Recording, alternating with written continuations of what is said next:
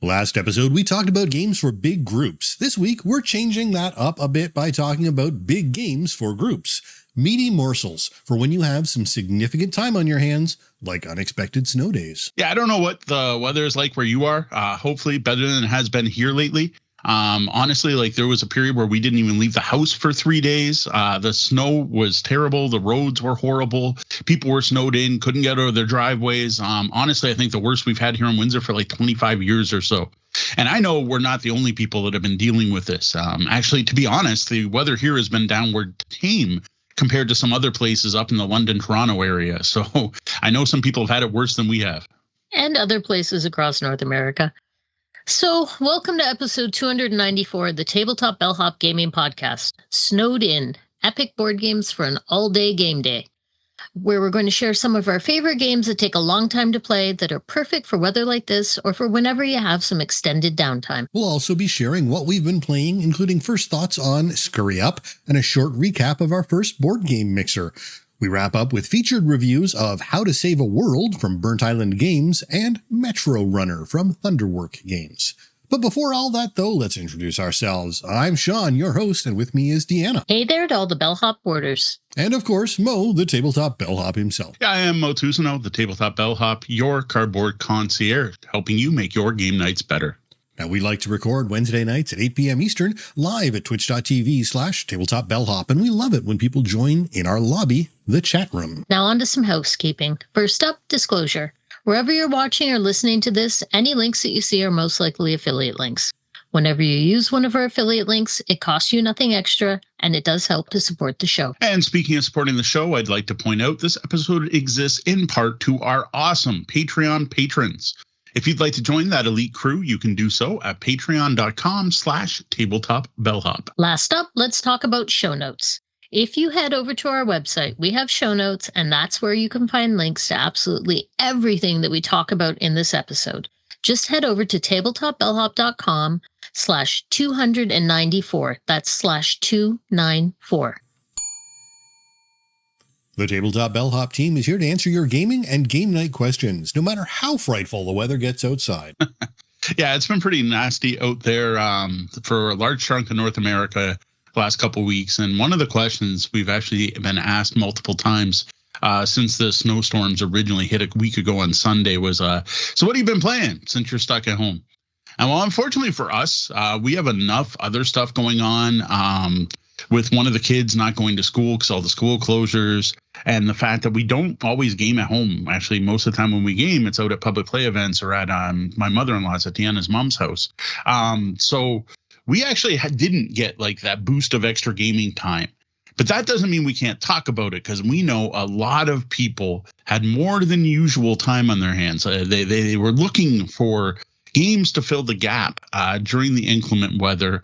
Plus, this is also just a good topic for, if you're taking a vacation or you're taking some time off or, whatever, you're going to have an extended time at home, it's March break or anything like that, where you find yourself with a lot of spare time that you don't normally have and finally get a chance to dig into some of those bigger, heavier, longer games. Or when you plan a dedicated day for gaming or have a Sean Con.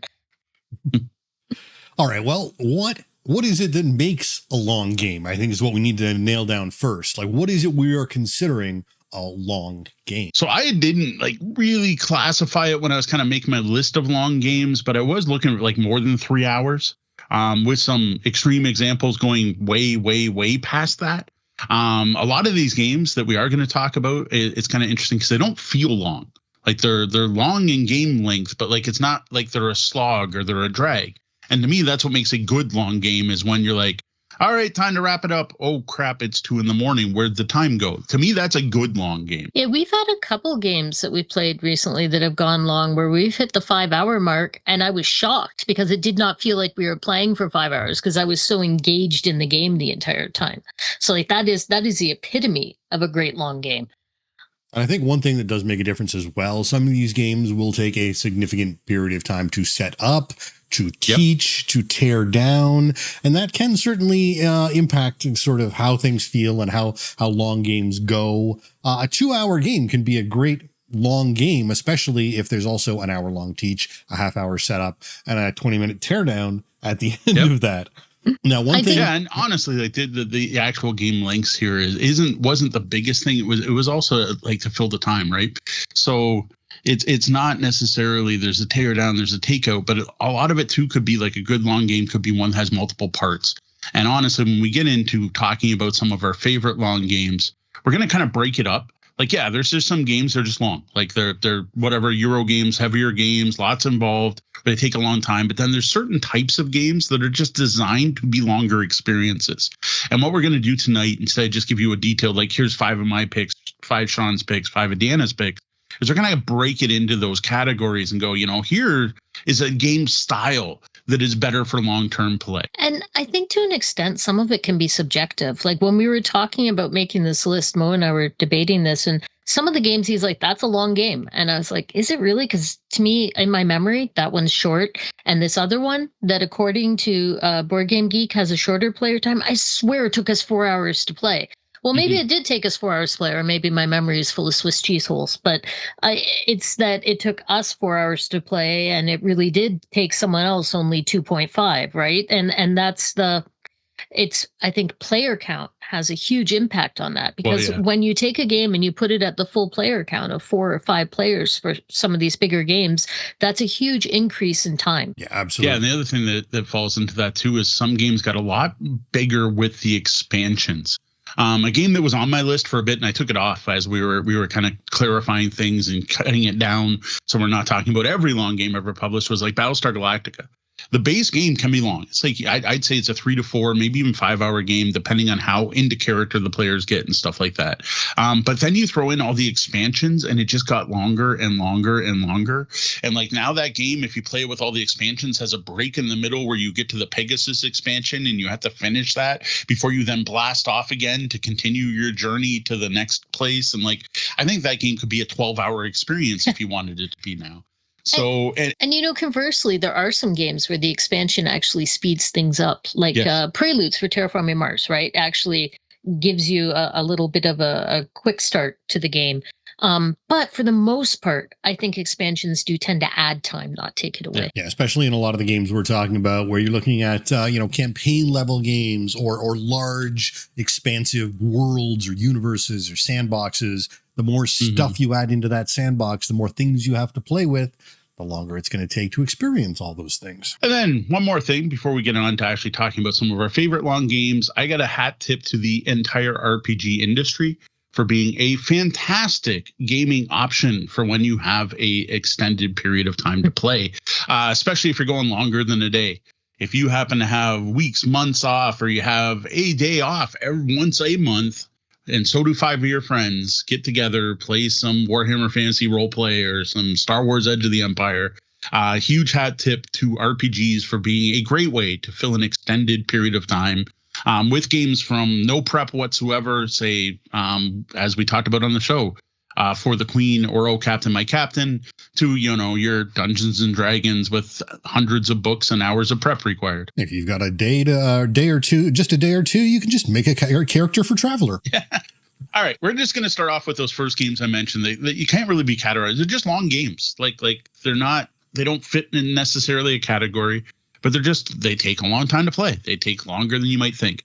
Now, one other thing is I did take my entire list of games on Board Game Geek, download it as an Excel file, sort it by max player time, and I limited myself to 150 minutes plus. So that was kind of my category for going through these. But there is one that blew away that by far. And I think this is the game that anytime you mentioned long epic games that take all days and board games, everyone knows about Twilight Imperium. Especially since the version I know and love is 3rd edition, which is the most notoriously long edition of the epic space battle game of Twilight Imperium.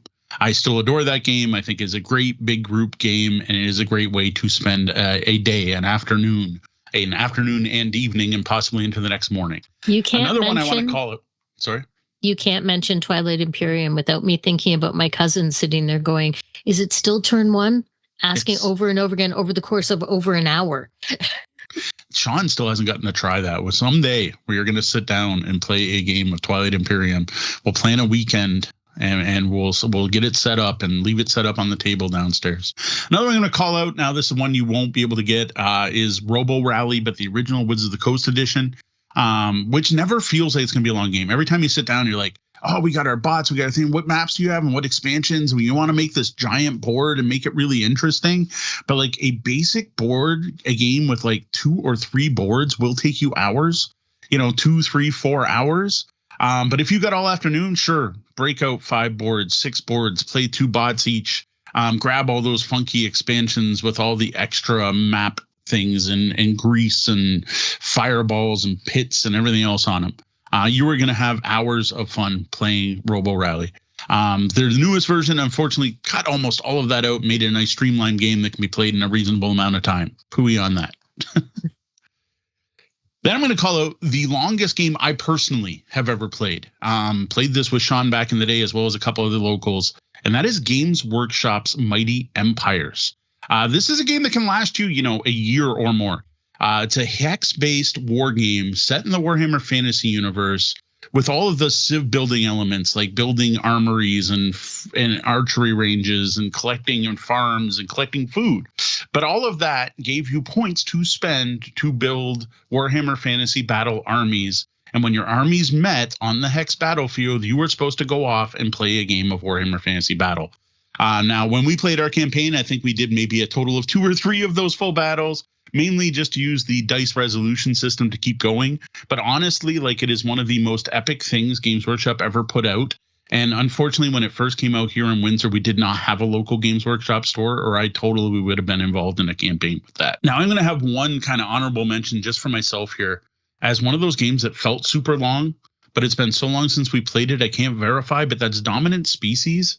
Because I remember going to an event at our friend Jamie's house and it being a big deal where we were heading over to Jamie's early. He was going to lead us through the teach. Then we were going to sit and have dinner. And then we were going to sit and play and expect to be there all night.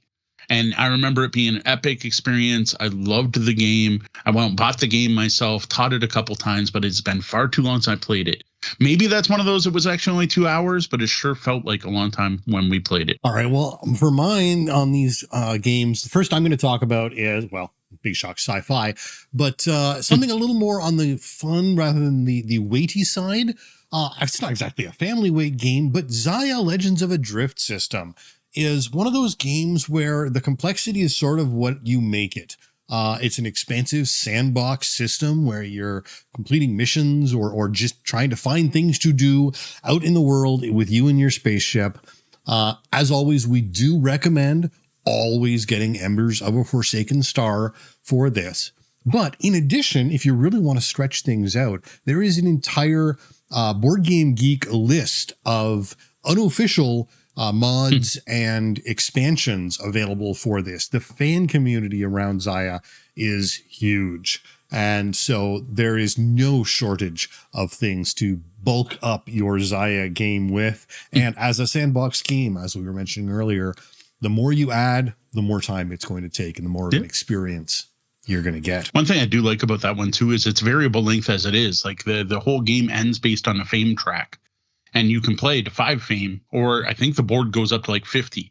The most ridiculous we ever did was 20 at an overnight extra life game event. And I think that was an 8-hour game. So, all right. Next up, sticking with the sci-fi is Eclipse Second Dawn for the Galaxy. Of course, it's a game we've talked about many, many times. One of our favorites. And again, with that Second Dawn for the Galaxy, you've got so much in the box, so many options to tweak and sort of adjust the game size, and with that size, playtime. So if you really want to stretch an already significantly weighty and lengthy game, just throw it all in there and try and figure out what it all is. So your teach is going to take a while at the beginning as well, once you add it all. But then you've also got an absolutely epic space experience to go through as well. Then the next one is probably possibly the heaviest game on the list, or one of the heavier games on the list.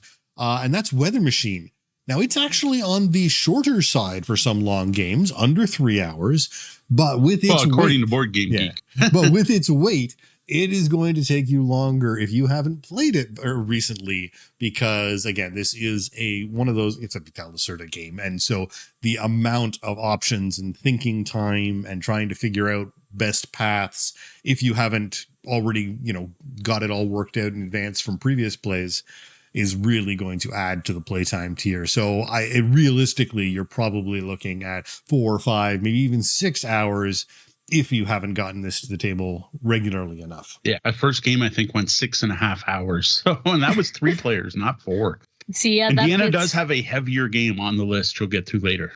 Yeah, that fits with my first pick, which is On Mars, which is another Vital Lacerda game from Eagle Griffin. And every game that we've sat down and played of it so far has been 5+ hours. And I checked, I don't remember the exact number on the Board Game Geek listing, but it's less than 5 hours. And we take 5 hours when we play it, but that's at max player count. It's an enjoyable game, but it is long. Another one that I wanted to pick was Terra Mystica. It showed up when Mo filtered out his list, and I went, Terra Mystica doesn't belong on the list. That's too short. And he's like, no, it isn't. That's a long game. And I think what colored my opinion was that I had played it on Board Game Arena a lot. And on Board Game Arena, it is a shorter game because digital games tend to go shorter because a lot of things are sped up from the math to the setup and takedown, right? So Terra Mystica, short on BGA, but long enough to play at a snow game at home. And then I've got Arc Nova. And again, this one, Board Game Geek has it listed as a shorter playtime. So it wasn't in Mo's original list. But I know that we have played Arc Nova a handful of times over the last month. And every time it has been a 3 or 4 hour game because we're still just learning the game. And if you master it, maybe you would play it in that shorter playtime. But there's a thing with learning and game mastery that tends to slow things down. So there's something to keep in mind too. A snow day is a good time to sit down and put some extra time into learning a game. That's a good call, actually. Yeah. All those games we talk about system mastery rewarding you. Here's your time to get some of that system mastery. Yeah. And then for a really long, chunky, heavy game, you got stuff like Food Chain Magnet or Arkwright. Those are going to clock in at big, chunky, heavy playtimes and that match their heavy game weight. Yeah, the game of Arc Nova you taught with only 2 people, with you coaching the game, took over 3 hours. Yeah, we actually stopped it. We didn't finish the game out. And I was making sure I was keeping it zippy. I was making it go. I was helping people. I was being the banker. I was moving cards and stuff. So I streamlined it as much as possible, and it still went over 3 hours. Now, the last game I want to call out here, honestly, is like my biggest suggestion right now. Like if we were literally stuck inside for 3 days and, Sean could come over somehow or was with us and we were going to break something out, I think I would do this. But I would bring out a notepad and old mapping paper and maybe some other tools. Is Stonemeyer's biggest hit, latest hit, Vantage, because that game I think you could play forever. A single section could go all day. The first time we brought that out with my daughter, my youngest daughter was like, can we just like next Saturday get up at 8 a.m. and just play Vantage all day? And I really think you could, and it would still be an enjoyable experience.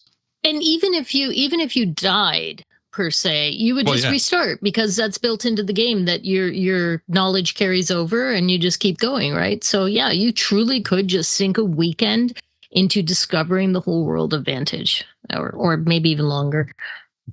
Like you could spend an entire weekend just trying to collect the things that are in the secret package, for anyone who knows what I'm talking about, and just like focus on that one aspect of the game. Not anything else, not even trying to map the world. I want to do the thing that's in the secret package. All right, now we'll get into kind of groups of games, and I think each of us is going to take a different grouping here when we talk about it. And what I want to bring out, and some of my favorite longer games, epic engine building games that tend to go very long, are civilization building games of various levels.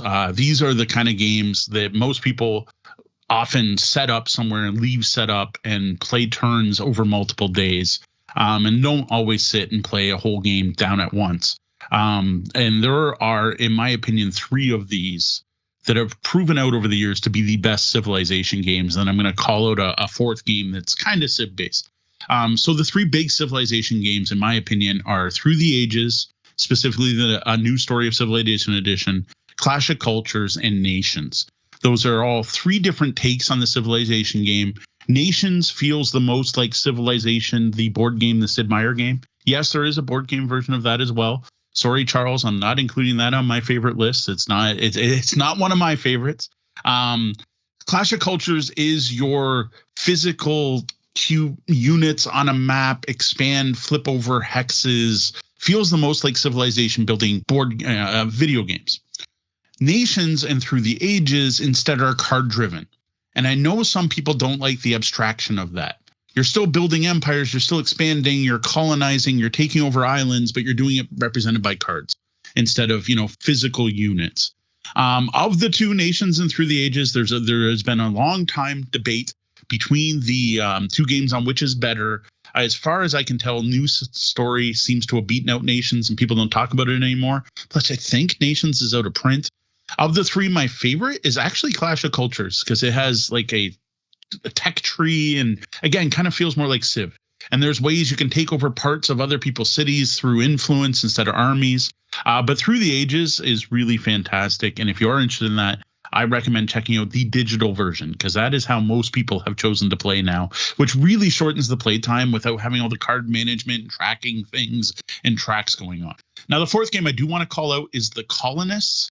This is kind of like a drilled down. You're not necessarily building a civilization. You're more building a colony, a set of farmers who have colonized. And you start off literally, if I remember, with a farmer. And then from there you grow and eventually build shops and chop down trees and start building up your own little nation of and the big thing with this game is there are 3 different. Sorry, Deanna is waving at me here. Oh, no, I was just going to say, if I'm remembering correctly, that's the one where it actually allows in the rules for you to like quick start and jump over to the intro part if you want to. And I love playing out the full thing. Yeah. So what it is this one you actually play over 3 eras. So there's like your first settlements where literally, if I remember, you start with a farm and a farmer and then you go from there. But then you actually get into another era where you're like into like, medieval Bronze Age kind of thing. And then you play modern and you can, if you wanted to, and fits this list, play all 3 eras from the start. Or you can just start in era 2, or you can just start in era 3. And we have tried all different modes. We tried all 3 eras separate and then played a whole campaign, and the whole campaign version was fantastic because you really felt that growth from a single farmer to an empire. It's also good for like sort of bookmarking it and stopping at that spot and then resuming it later the same day or the next day if you leave it set up. Okay, so next up, I'm going to talk about mystery and escape room style games, which I think are like the ideal, perfect, cozy thing to be doing if you are snowed in. Let's all just snuggle down and get into some mystery games and when you think about mystery games, I want to emphasize that, well, yes, like the exit games usually run you maybe 60 minutes. Some of the bigger ones are 2 hours.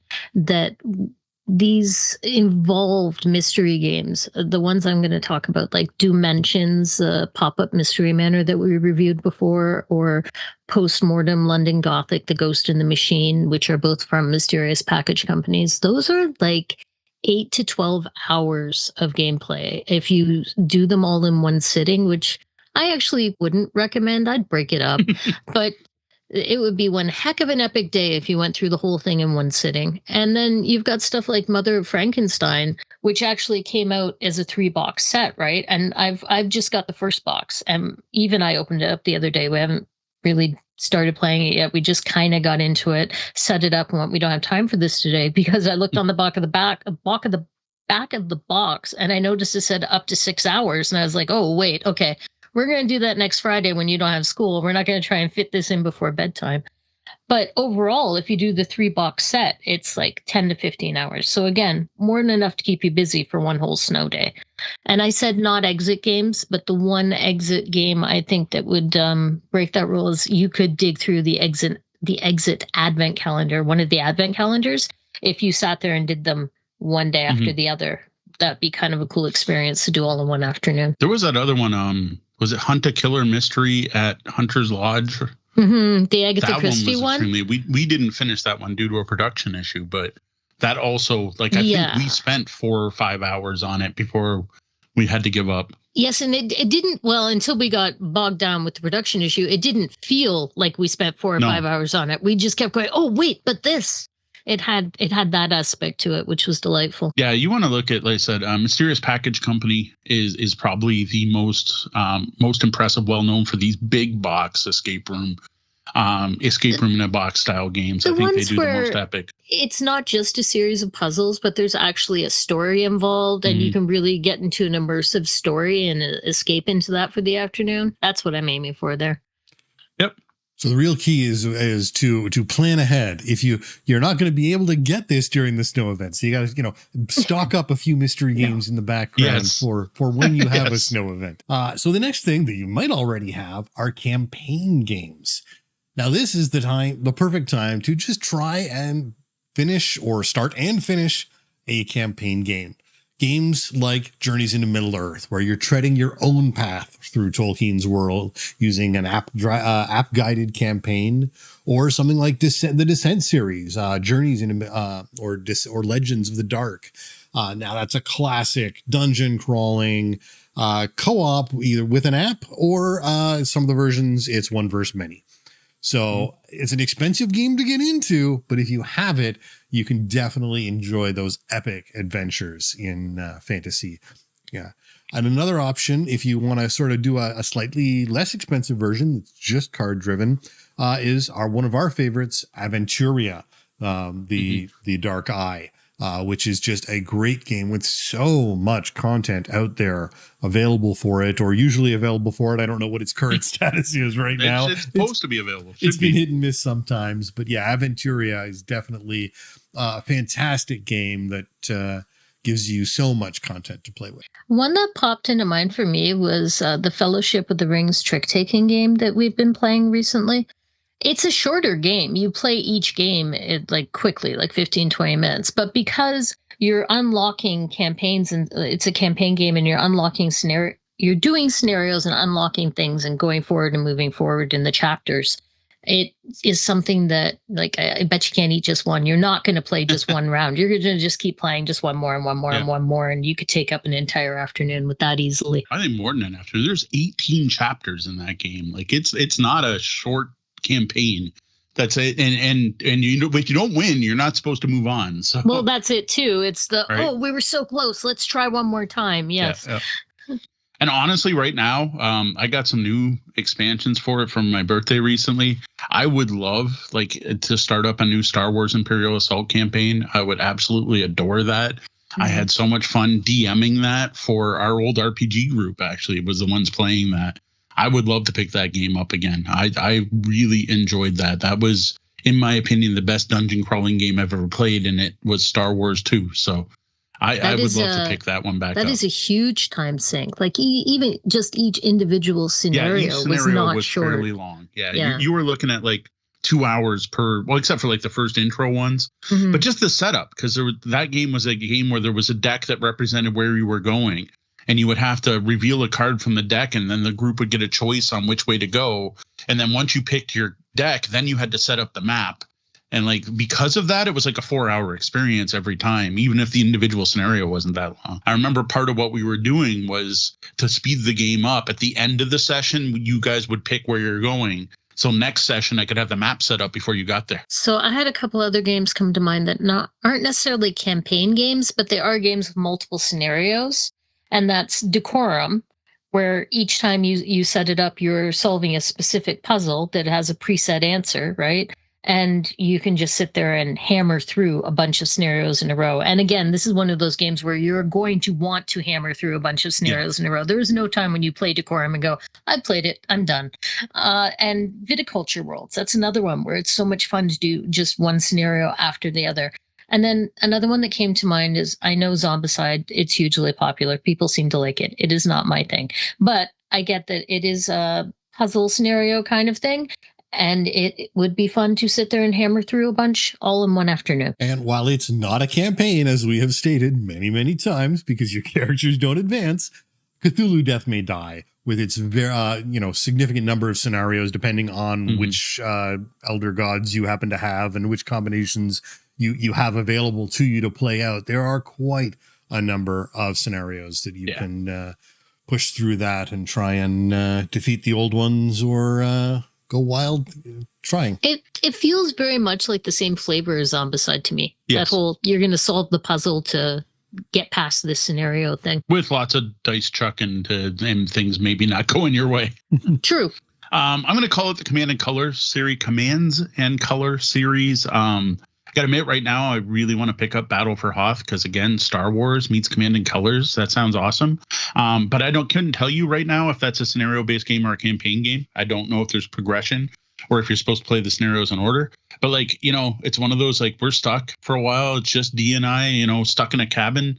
You know, Command and Color Ancients, we only played through the first 3 scenarios and it was awesome. Like, let's just start over and play through I don't even remember which one that represents, but I think it's the Punic Wars or grab the Napoleonics or one of the other Command and Color seasons.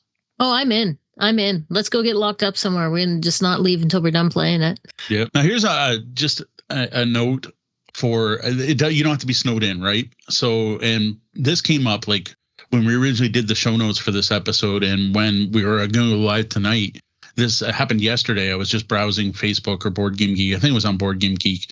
And there was someone's like, recommend for us a legacy game because every year we go to Greece for 2 to 3 weeks and we always bring a new legacy game and we don't leave until we finish the game. That's part of our thing. And I'm like, oh, it's really cool. Like, that's a great idea. Anyone who can stay, who can afford to stay 2 or 3 weeks. But so they were looking for legacy games and attempt to finish it. I thought that was cool. And I got to say, I love legacy games. I love tearing things up. I like putting stickers on maps. I like writing on things. When I'm sure like many people were like, oh, terrible. Why would you do that to your game? You take a sadistic level of joy in tearing up cards. I have noted. Yep. Well, part of that was we were live streaming Gloomhaven and some of that was for the audience's sake. Because I know people cringe when you talk about destroying a game. And yes, I realize the environmental aspect isn't great and single use and all that. But honestly, I love the permanence of it. I love the feeling that a legacy gives you that your decisions really matter. And most importantly, there's no going back. That card's ripped up. That's torn. That's why I don't let people just put it back in the box or tuck it under the insert. No, you got to rip it up. It's gone. You can't ever get it again. That feeling of permanence in a board game is something unique to legacy games, and anyone who's not doing it is missing out, honestly. So some of our favorite legacy games, of course, Gloomhaven, Jaws of the Lion, start with Jaws of the Lion. Gloomhaven 2 is now out, an improved experience over what you may have watched us play. They really did streamline the original Gloomhaven, but they also changed the ending. So if you have played the original, you're not spoiled. My City is actually surprisingly interesting for a legacy game to kind of show the opposite end because it's a polyomino placement Euro. It's actually like a flip and right in a way, but with polyominoes. Charterstone, man, that was an epic campaign playing through that. That's a worker placement Euro where the game's growing as you're going. And of course, there's the classics, Pandemic Legacy, Risk Legacy. I never thought I would like a Risk game.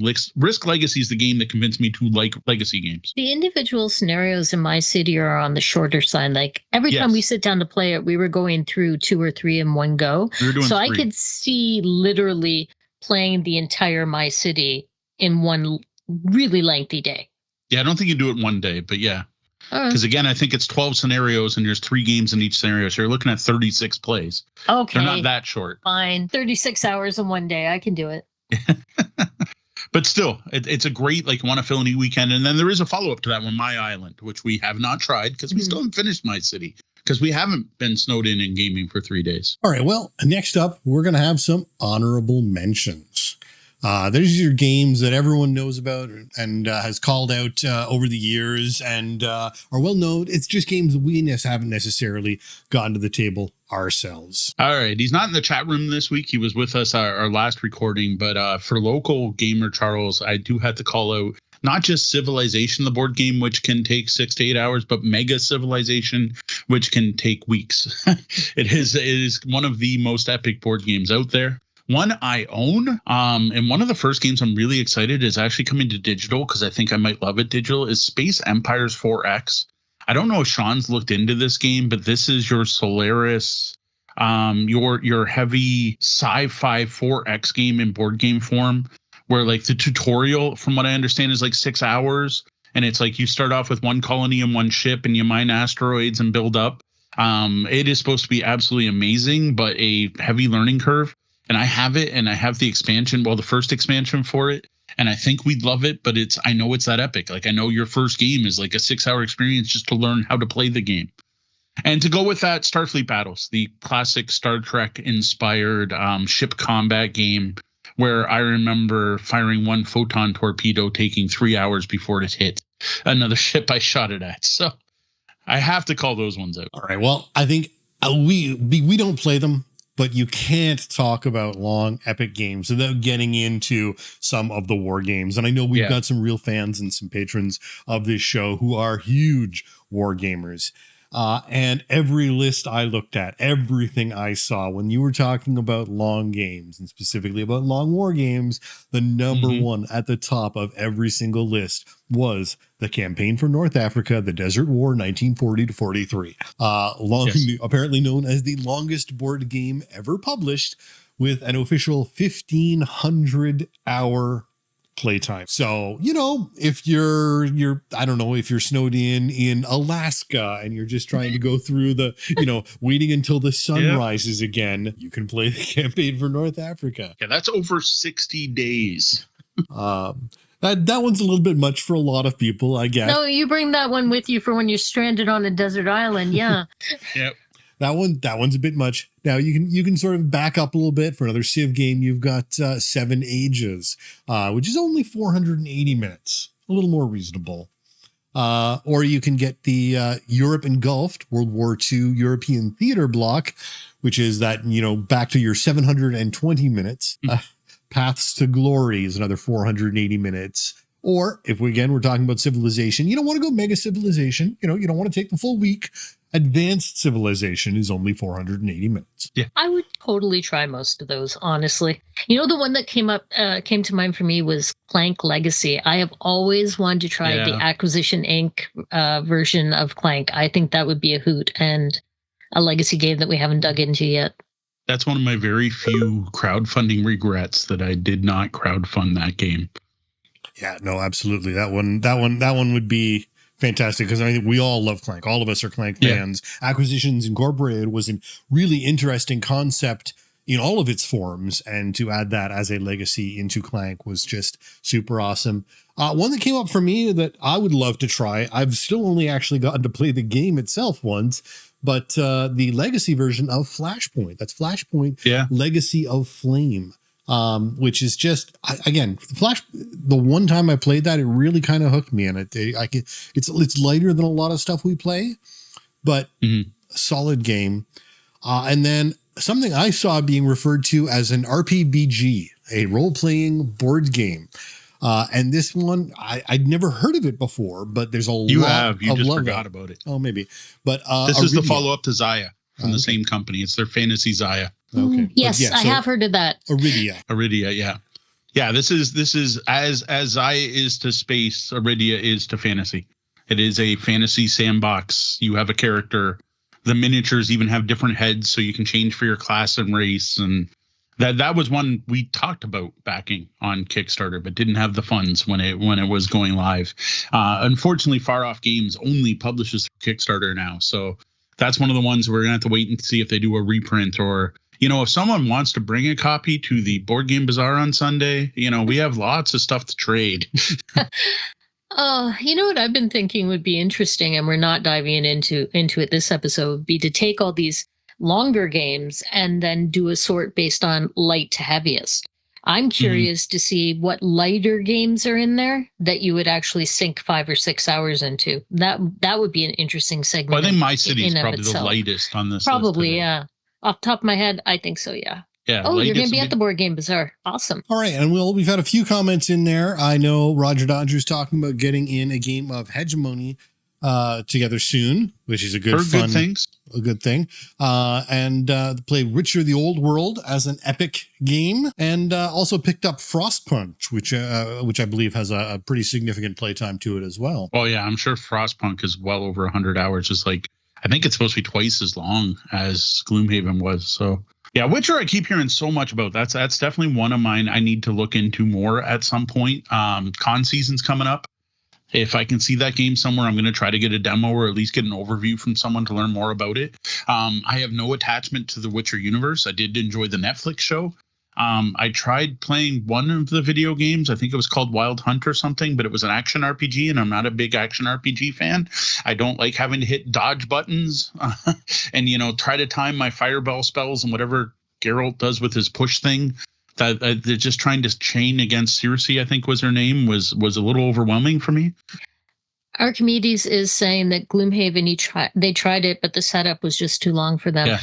Have you tried Jaws of the Lion? Because it takes all that setup nonsense out of it. It's pretty brilliant with the book thing where you just flip open to a map and you go. Yeah, Sean called out Campaign for North Africa literally 5 minutes ago. Yeah, the Campaign for North Africa doesn't work. We have a local friend that has a copy. I don't know if he's played it.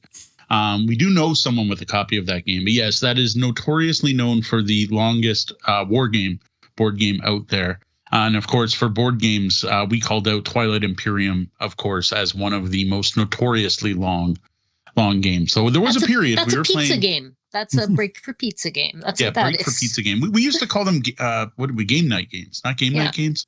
I can't even remember. It's a pizza game. It's a game where you're going to stop and have pizza in the middle of it. That's yes. North Africa. That's not a pizza game. That's a plan out 2 weeks of meals. Yeah. Yep. Like I said, it's a kind of game I think you take a turn and walk away from what I understand. Right. You play out a bit and then you let it sit and you go away. Games, it belongs on our list of games that are probably better as video games. It's a play-by-mail game. All right, well, there you have a selection of bigger games that take some time to play that are great for when you're stuck at home or have some unexpected free time. Games that are great for filling up an afternoon or more. So as usual, I want to know what we missed. If you've been stuck inside due to the snow recently, or you decide to pick up a game every time you go on an extended vacation, or you grab something new every March break or study week, whatever you want to call it, I want to know about it. What have you been playing, or what would you choose to play if you did have a couple of days in a row off with absolutely nothing else to do but game? Wouldn't that be nice? Leave us a comment, reply, or DM, or better yet, post something over on our Discord at discord.tabletopbellhop.com. Welcome to the Bellhop's Tabletop, where we talk about the games that we've been playing lately. So due to the fact the weather's been kind of nasty, we didn't get a lot of gaming in. But we did manage a game night last Sunday, and we have hosted one event at Hidden Trail on the previous weekend. And honestly, that one happened right when the big blizzard started up here in Windsor. Now, of course, that bad weather meant we only got 4 people out for our first ever board game mixer. But the people who did came out actually seemed to have a really good time. And it was kind of cool because we actually got to play some games instead of just coaching to make it more interesting for these people so they could split up and try as many different games as possible. We just sat down and played games with them.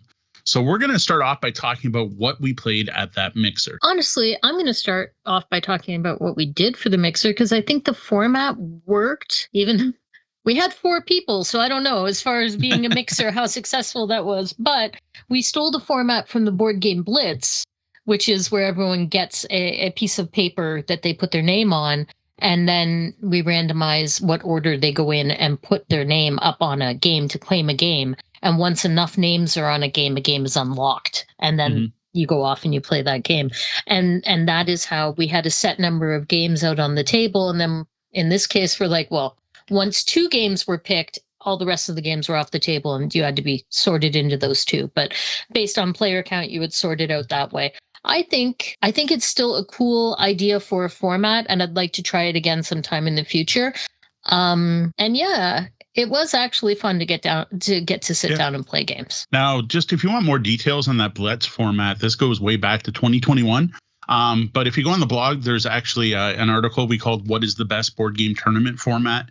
How do you host a board game tournament?" where I explain what the Blitz is, and we also talked about it on episode 136 of the Tabletop Bellhop Gaming Podcast. So if you want some more details on that format that Deanna just kind of hinted at, you can check either of those out or both of them out to hear about it. But it's been a very popular format for our local events.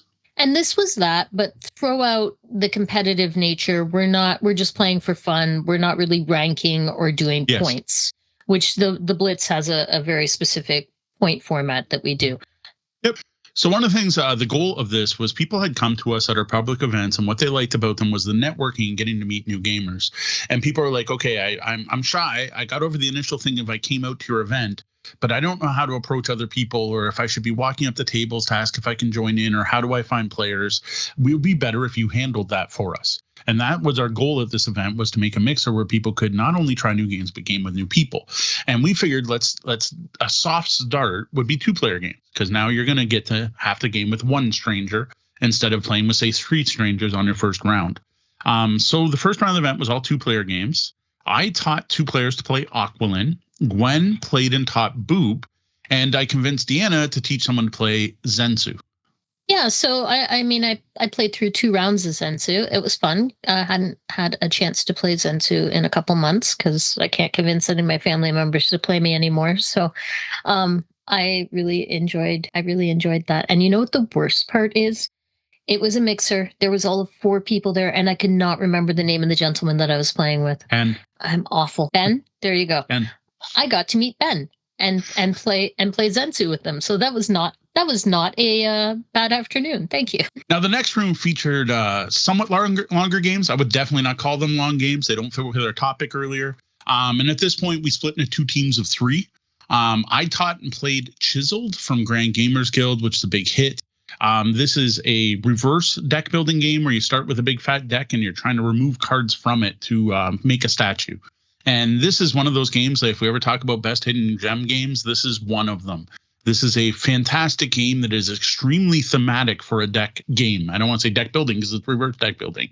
And it was fun to get this to the table again. And it was one of those, I'm like, yep, Chiseled is as good as I remembered. We need to show this game to more people. Double check, yep, it's still in print. So we need to bring this one out to more local events. Chiseled is one of those games I love introducing new people to because I love seeing when it clicks and when they see just how clever it is with the whole working backwards to chisel down your deck thing. At the other end of the table, Gwen was teaching Bears and the Bees, which is a Grandpa Beck game that we've been tabling a lot lately, and that was also a big hit. Yeah, and while that was going on, I had some time. I chatted with Brent and talking about what we can do to make our events better, as well as the plans that the Hidden Trail Experience has going forwards. As many people may not know, there is going to be a new game store in Windsor. They are opening up a game store on premises at Hidden Trail Experience. So there will be just another place to both purchase and enjoy playing games. And Brent is the owner of Hidden Trail. That would be why Sean was chatting with them.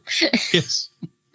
Now, the final planned game for the day was another hidden gem. So honestly, for our game menu that we brought for this particular one, we mixed it up with some true classics that have been, 10-year plus old games, our favorite games we've ever played, and then some new hotness.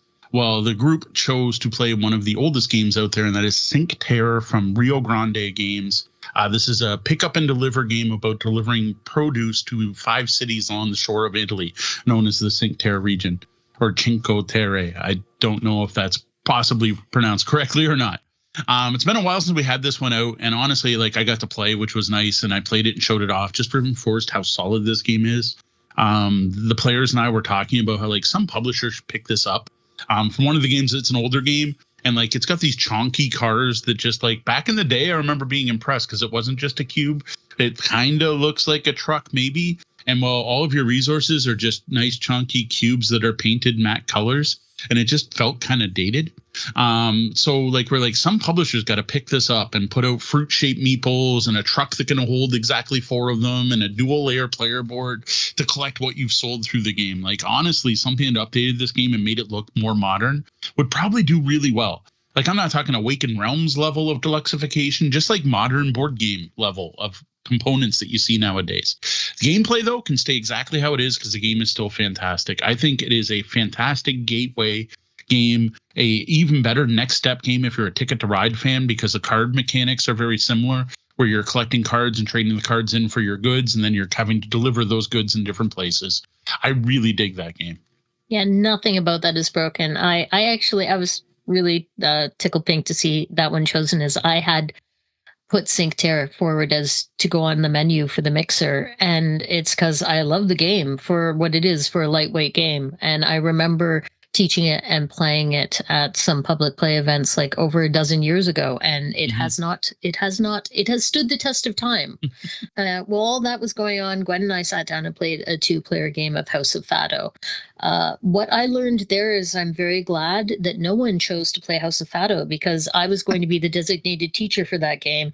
And Gwen and I sat down and we both played it before. And I was like, well, I remember the rules to this game. And Gwen's like, so do I. And then we just proceeded to look everything up in the book step by step, because we kept going, wait, but that sounds wrong. Are you sure? How about this? You said from across the room it sounded like we were arguing. We were not arguing. We were just having a debate, an impassioned debate on what was going down.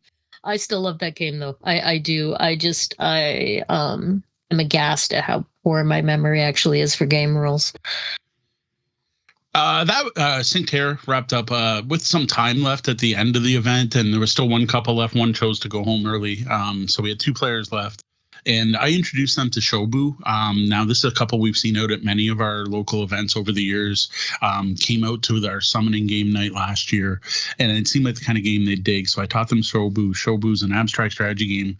Dead simple rules where you're making 2 moves. One is passive, you just move. Next one, you match the move on a different colored board, and you're pushing, and you're trying to push stones off a board. And that first game was rough. Like, they had a hard time with remembering what you could move, trying to do aggressive moves on their first move, trying to move pieces across the rope and all kinds of stuff. So once they finished the first game, I'm like, all right, now you know how to play. You have to play a second round, swap colors and go again. And that was the longest game of Shobu I have ever seen. And we ended up actually leaving the event late because they were playing Shobu so wrong, because they were both evenly matched players trying to outplay each other. And it was great to watch them play. And what amused me about that was it really mirrored our first couple plays of Shobu. I remember we took it out to a particular coffee shop bakery, and we sat down and we played it. The first game was a little rough, where we were just figuring it out. And then that next game, it went a lot longer. I think they actually outpaced us, but I remember that second game was much more long and much more tense, and that the third one was even more so. Like, once you figure out what you're into there, you can get pretty tactical with it. So yeah, like Deanna said, like, for an event, we only had 4 people out because there was a blizzard happening at the exact same time. It was pretty popular. All the feedback we got was positive. We actually had staff members come over and were interested in what we were doing. One of the people that was in the game store in Kunai came over and like, oh, what is this format you're using? Where'd you come up with that? Like, that's really cool. This seems to work really well. Do you do these often? And I'm like, that was awesome. Cause, like, as far as I know, dude's mainly a CCG player, but noticed he's also heavy into chess. And when he heard that Shobu was kind of chess-like and Aquilin had chess feel, he's like, I'm really curious about this.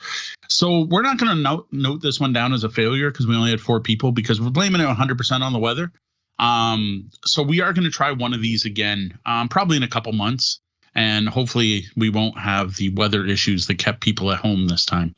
Now, while I didn't get a lot of gaming in during all that, what I have been working hard on is sort of the back end stuff that people don't necessarily see. I'm actually working on transcriptions of all of our episodes, both currently with the past, but once I get it all in there, sort of hammered out and get a workflow, that will be something that is available on new episodes moving forward as well. So this is going to make this more accessible for more people, as well as making it more accessible for search engines, which helps us on the back end as well. This is a major project because of our niche speciality. It requires a lot of sort of careful guidance. As well, we also don't enunciate that well sometimes. So I do have high hopes, however, that the end results will be a benefit for everyone. Yeah, and I'm actually super excited about that. And once Sean gets it all hammered out, I'm going to go through and add them into the show notes that are on the blog. And I've been doing a lot of work on the blog. We've got this page that is a list of all the games we've ever reviewed. And for a long time, it just linked to all of our written reviews. And we found that we can't even find our own content. So certainly, the general public cannot find our content. As Mo would be going, I know we've reviewed this. Where the heck is it? So now I went back in and I added all the YouTube videos, the YouTube videos where we reviewed stuff, the unboxing videos where we reviewed stuff, and the written reviews. Those are all linked. And now I'm going through and adding in each podcast episode where we did the full review for each item.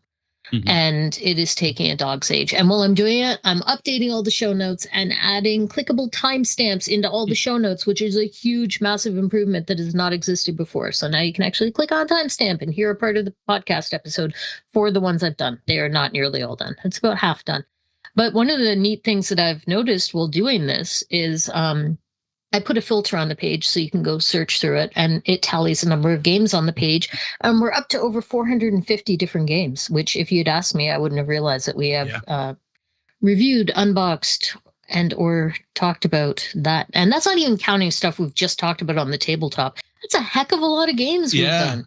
Yeah, that's what I'm wondering is on the tabletop, because there are some games that never get past the tabletop. If there's going to be a way to highlight those. So once I have the show notes, the show notes, the transcripts that Sean's doing, that's that's the final phase, is to get all the stuff from the tabletop that's just in the tabletop, and to be able to say, okay, here's where we reviewed this game, and here's the 4 or 10 times we talked about it in the tabletop, or where we listed it in a recommendations list, to be able to add all of those little bits in there too. But that is too much for me to do manually. We have to. Once the transcriptions are at an accuracy point I am comfortable with, I actually have plans to do a full scrape where an AI will basically go through, find a game, match it to its Board Game Geek list, and give us hey, you talked about this game with this publisher, this artist, during this episode. So theoretically, if we can get that down with any level of accuracy, then we'll have all of that in a big, giant, massive index, and it'll be cool. We'll be able to find all the stuff that we made, because we've made a ton of stuff. Yep. Getting back to physical gameplays, last Sunday, we did have a game night at Brenda's. Broke out a brand new game people can't even get yet. That's Scurry Up. That is the latest game from Up Games, UP Games, and the design team of David, Gordon, and Tam, who we do have to thank for sending us a pre-release copy. This is one that hasn't hit the public yet. This is their second game as a team, the first being Floristry, which honestly is a huge local hit. Like Floristry is now one of those games we bring to every single board game event we host, because it's such a great, easy to pick up 2-player game. And yes, it was featured at our meetup, but no one chose to play that one at the meetup. Now, Scurry Up is a 3 to 6 player game about squirrels who have just discovered a new tree ripe with fruit and stuff on it. You're climbing up the branches, trying to collect the best collection of nuts, berries, flowers, and bugs. Each round, you reveal a branch. There's a number of spots on the branch equal to the number of players, and then everyone has to decide which part of the branch they're going to. But you do this secretly, so you don't tell everyone. Like, you don't just declare, I'm going to branch 2, and Deanna says, I'm going to branch 3, and Sean's like, well, I'm going to 5. You do it hidden, and you're allowed to talk. And the reason that matters is that each spot holds either 1 squirrel, 1 or 2 squirrels, or exactly a pair. And they only pay out if they have the right thing there. So if Sean and Deanna both go to a spot that holds 1 squirrel, they get nothing. If only one person goes to a spot that needs a pair of squirrels, they get nothing. And each of these offers its own rewards. So basically what you've got here is 7 rounds of Prisoner's Dilemmas, where people are encouraged to bluff, lie, collaborate, cooperate, etc. It's cute. It's quick to learn. Each guide you collect scores differently. Yes, you could sit here and just play in silence and just hide your die, reveal it, and go. But honestly, in games like this, like Bang or The Resistance, it seems to work best if at least some players are sharing their plans. I think it's perfectly valid for a single player to sit and say nothing. I'm not sure how much fun it would be if everyone was just kind of randomly moving. I have a feeling this will be a hit at our public play nights if we can get people over the kiddie look. This looks like a young kids game. Like, honestly, kind of has a Habba vibe going to it, which isn't doing it any favors. Yes, it is 8 and up, but I don't think this is meant to be just for kids. I think it's just supposed to be accessible. I think you get some heavy gamers together who are talking and bluffing and trying to outplay each other, they're going to have a good time with this. Yeah, I think the look is definitely the real hurdle. People actively need to be convinced to play a game that, at a bare glance, looks like a children's game. And I think what's really going to sort of make this game interesting is when you get that big group. It's a 3 to 6 player game, and I don't think the 3-player experience is going to be the ideal experience. I think when you get that big group of players and you get an emergent level of table talk where you get people sort of coming up with their own ways of describing things, because there are no rules on table talk. You can say whatever you want, And so I think there is going to be some emergent play within a group that comes out for that. I think that's going to be interesting to see if we can get people over the childish look. Yeah. And I mean, the art's nice. It's Sandra Tang art, but it does look like a kid's game. And that is a detriment to that. Because it's Up Games, it's probably not going to be hanging out in every Walmart. But this is one of those games where if it gets bought mistakenly for children are not going to have a good time with it. It's not just that it is fun for adults. I don't think it would be fun for a bunch of kids to sit down and try and play this on their own. But I actually haven't played it yet, so I am talking out. I think it's simple enough kids can enjoy it. I just don't think they'd get the bluffing as much on that first play at least. The scoring will be a little tricky for certain kids. Because there is more scoring to it than you would think. I think actually when you get to the end game, but no, it's reasonably simple. Next up, we took out Stock Exchange from the Op. This is one we played a bunch of times, talked about on past episodes, but kind of got distracted by other things. We're pretty close to wanting to review this one, so I just wanted a refresher. Plus, Sean hadn't had a chance to try it before, so we broke that out as a obligation. We're going to sit there and play Stock Exchange one more time. Probably going to review it honestly on our next episode, but it will depend what else we got going on. I'm using the word hidden gem a lot this week, but it's true. Like, these are games that don't have a lot of fanfare that have been really enjoyable. This is a really simple stock market game. Like stocks up and down. You have a portfolio and all that, but it's done through the aspect of flowers and planting flowers. And that makes it simple and accessible. There are only a couple of basic actions. Literally, like swap one of your stocks for one on the board, plant one of the ones on the board, and I think that's it, unless you use the spades, which can be used to take an extra action or wipe the market. This does a great job of making stock market games approachable and fun. There's a neat little mini game about creating areas of flowers to get the stocks to change. But like, this is one I think kids could play. I could see playing this with grade school kids, though they may not get all the stock concepts right away, but like just to show the difference of a market. It even has a fun mechanic where the flower worth the most at the end of the game busts and is worth only half the amount. So there's that little element of the game too. And this just reminded me how straightforward and enjoyable it is. Like, this is literally like teach you in minutes kind of level of game that still gives you that stock market feel. Yeah, I was surprised because you say, hey, we're going to play a stock market game, and my eyes glaze over and I want to run away and hide. But it's a fun game. It really is a fun, easy to grasp game that's getting you that stock market experience, but without the dryness and economic sort of weight of what most people would consider a stock market game. I don't know. Sorry, go ahead. The other thing I do want to call out in this is the artwork. This features a very unique style of art where all of the art in the game is done by papercraft. And it's photos of papercraft by artist Diana Beltran Herrera. And she's worth looking up if you just want to see the art style, or if you just like look at the game on Board Game Geek or the cover of the box. All of the flowers are paper, and I think that's actually really cool.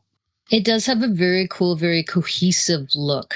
And these little cute 3D sheds and the spades and stuff. It's a nice looking game when it's on the table.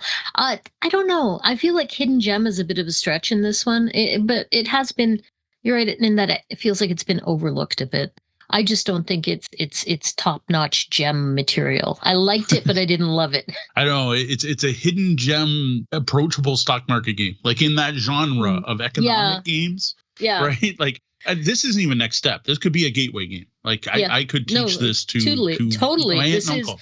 This is gateway level. And for what it is, it's incredibly solid. So interestingly, I think one of the reasons this may have been somewhat overlooked is apparently the Dice Tower called it boring. Huh. So that may have hurt the game a little bit. I wouldn't call it boring. I mean, it's not exciting. It's not invigorating. It's a stock market game, but it is enjoyable and fun. Like I said, for what it is, it's bang on. All right. Finally, the opposite end of the spectrum. We return to the Red Planet with On Mars, Eagle Griffin Games, Vital O'Toole. I really enjoyed the second play, like so much more than the first play. For some reason, this game clicked with me. by the end of the first game, I think I pretty much had it down. And then this play, like I started with a plan and a mission and knew what I was going to try to do and realized what I did wrong the last game. And I think it really showed in the final scores because like I was like 3 points away from lapping the player in last place, which is a little ridiculous because the game's like, I think it's a 100-point score track. So I did really well in our last play, which is surprising. I don't always pick up heavy games that quickly. Honestly, after that play, like this one's catching up to, if not passing SETI for me. I really enjoy On Mars. And I know not everyone agrees. And here we go, because I'm a sci-fi fan. I'm really into heavier games lately, but I would be fine not to play this game again.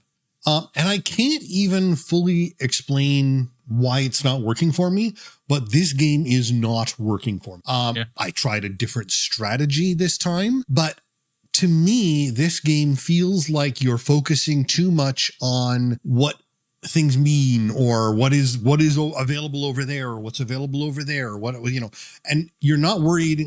I'm not worrying enough about what I can do and what my gameplay is because I'm spending too much time trying to figure out what all the stuff out there is. Again, it's changing regularly, and there's a lot of little mini games sort of things going on all over this board, combined with the two separate areas of the board. And to me, that is taking away all that sort of distraction of what's happening and what you need to do and what you need to focus on and how do you do that and how do you do that and what's available over there distracts from the fun, thinky, working out the problems part of the game for me. And going through the comments on Board Game Geek today, in sort of preparation for this was a really interesting ride because a lot of people, like me, just this game has not connected with them. It isn't working for them. And that's fine. Not every game is for every person, but even the people who are rating it 10 all seem to have except this or, but there's this. And so they love the game, but they are even finding issues with it, which was a really weird dynamic to read through for a game that is as wildly highly rated as this game is. It's a 10, but that's so wild. I want to go read all the comments now. I really dig this game. I love that mechanic where you're either out in orbit or you're down on the planet and you're taking the shuttle back and forth. And the way that the shuttle starts off going back and forth really quick and then it gets longer and longer the further you get into the game. That is just such a cool mechanic. Like and the timing, the way the game when it ends and the way that the space station you're building out over here determines things. There's so much here that I love. But I was really looking forward to playing this. I asked Mo to play it because I said, I want to play it again before I forget how to play it. And then I sat down and realized I had already forgotten how to play it. That's my theme for the week. I am aghast at how little I remember game rules. And clearly that is what I keep Mo around for. But beyond that, I crashed and burned on this run. And I caught myself making errors and I made a few big mistakes and I saw it. And then you are not going to win this game. And you know that it still has another 2 hours to go. Mm-hmm. And in this case, I didn't mind it, right? Like it's an enjoyable ride. I still felt like I did things. But we were talking about long games earlier and that can be a thing with long games. Like the disheartening fact, when you realize halfway into a 5-hour game that there is no way on earth you're winning this one and you're still locked in for, another couple hours. I know Sean in general has expressed some unhappiness, not with this particular game, but with that concept in the past. He's like, I'm not winning. Why am I still sitting here? And it's a thing, right? But on Mars, I found like it's interesting enough, and I feel like I'm doing something that I don't mind that I'm still sitting there locked in for the full ride, whether or not I'm good, even when I know there's no way I'm taking first place. It depends a lot on how meaty a game is. Like a really those heavy 4+ games. Those I generally don't mind. That it's like, okay, I'm not going to win, but I'm getting something out of it. There's an experience in playing the game that I'm getting out of. The games like Brick Like This, where all of a sudden you're mathematically incapable of winning. Oh, no, I'm going to stop. I really want to stop this game who now. Cares? You shouldn't even have points in Brick Like This. No, the points are part of what makes that game good. Check out our review on our last episode of Brick Like This, a Lego game. Throw out all party games ever.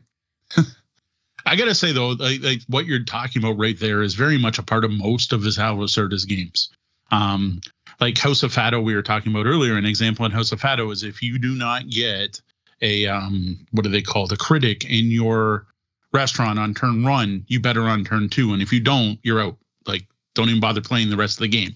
And that is a feature of Vital's games, is he often has somewhat scripted things you kind of have to do that usually are very tied to the theme, and it kind of makes sense to do them, but you can play yourself out of a winning position in them. And that's what some people love about their games. It doesn't bug me because there's enough going on that I still feel like I'm accomplishing my own personal mini goals. Yeah.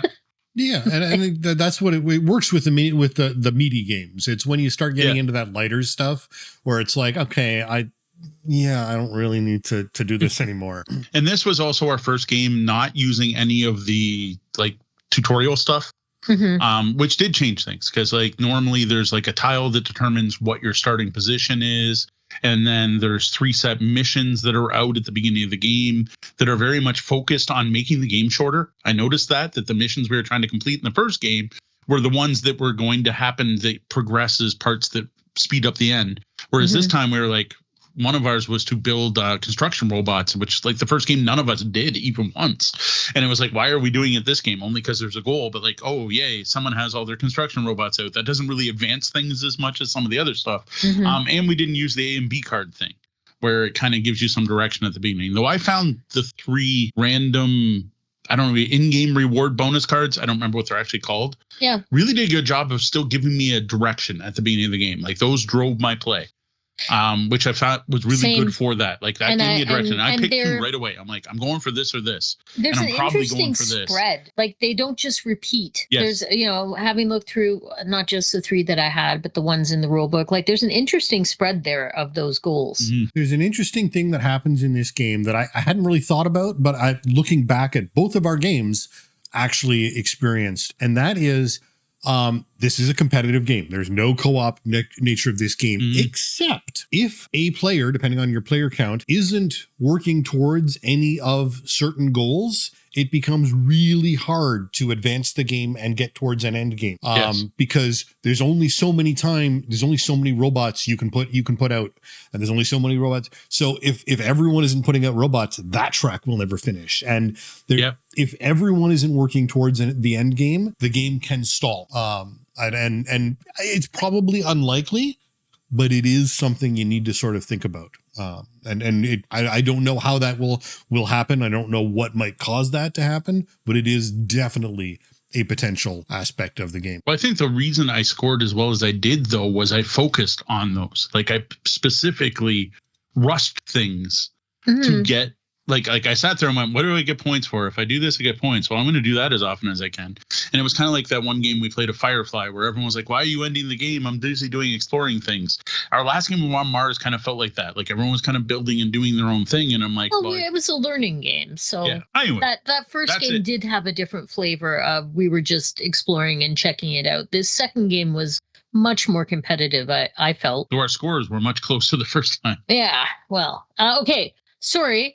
I can't call it competitive when you doubled the score. You literally, I think you almost doubled the score of the person that was in second place, being me. Yeah. That's not competitive. So no. But I think it's a lot of that for that game is the rules knowledge, like the rules mastery and capturing it. But like Sean said, there's so many things to think about, you don't even notice it. And the big one I noticed that's in the first game was that every time you put up that column, the LSS, the life support system, you get that reward at the top. And so many people are like, oh, I get the 2 points for moving out of first and nothing else because I haven't done the thing at the top. Where I'm like, wait, if I move that up, I get 2 times the number of colonies I have. I'm going to build all my 5 colonies first. So every time I move that up, I get 10 points. And I did that the 2 last rounds of the game. They gave me 20 points, which was a huge advantage. And I find one of the big problems is those particular tokens are really tiny and on the wrong side of the board for half the players. Those are impossible to read. Those are impossible to read. But that's it. Like you guys were doing your own thing, not looking at the actual goals that were put on the board for you. But I gave up trying to. I will say there are only 4. Is it 4? Yeah. Maybe there's 5. There's only 4. They're randomized. You need to find out at the beginning of the game what they are and care and then pay attention and remember. Yeah. And I didn't bother. Yep. So I was in the same boat as Sean. I went, I can't even see what's over there. I don't care. When I go up, something's going to happen. And when it happens, you'll let me know what it is. But if I was really trying, like if you were trying to play the game appropriately, then you would figure that out at the beginning and remember it. And it's not a lot to remember. I wonder if there's a board game arena version of this, because then you could actually scroll around and zoom in on things on the board and actually see things. It's available somehow digitally. I'm not sure how. Yeah, I don't know if I would like that or not. I should probably go look for it. Anyway. Hopefully things start warming up and the precipitation stops and we can get some more games to the table in the coming week. What about you? What have you gotten in? Have you gotten any extra gaming in during the bad weather? What have you been playing? Stop by our Discord at discord.tabletopbellhop.com and let us know in the What You've Been Playing channel. Alien life has been discovered for the first time ever on the planet Alaria. Unfortunately, scientists have also discovered something else.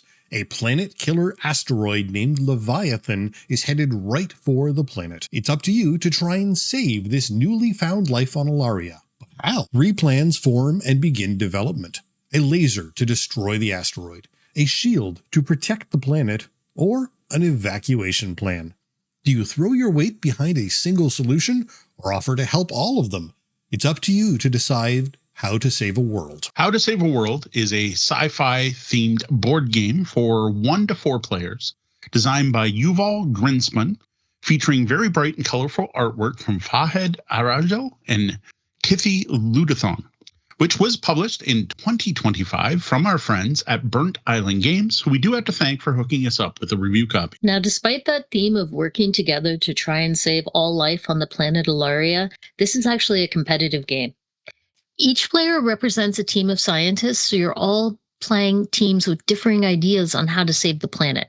Overall, How to Save a World is a worker placement game where players are taking actions either on the planet or on the research station in outer space, gathering resources, building a card-driven engine, and working on the 3 different Save the Planet projects. The game ends whenever the asteroid reaches the planet, and then you figure out which of the 3 plans actually ended up stopping the disaster. And then there's an majority scoring awarded for each plan, with the one that actually worked being worth the most points. How to Save a World was originally crowdfunded and 2 versions were released, a standard retail version and a deluxe version.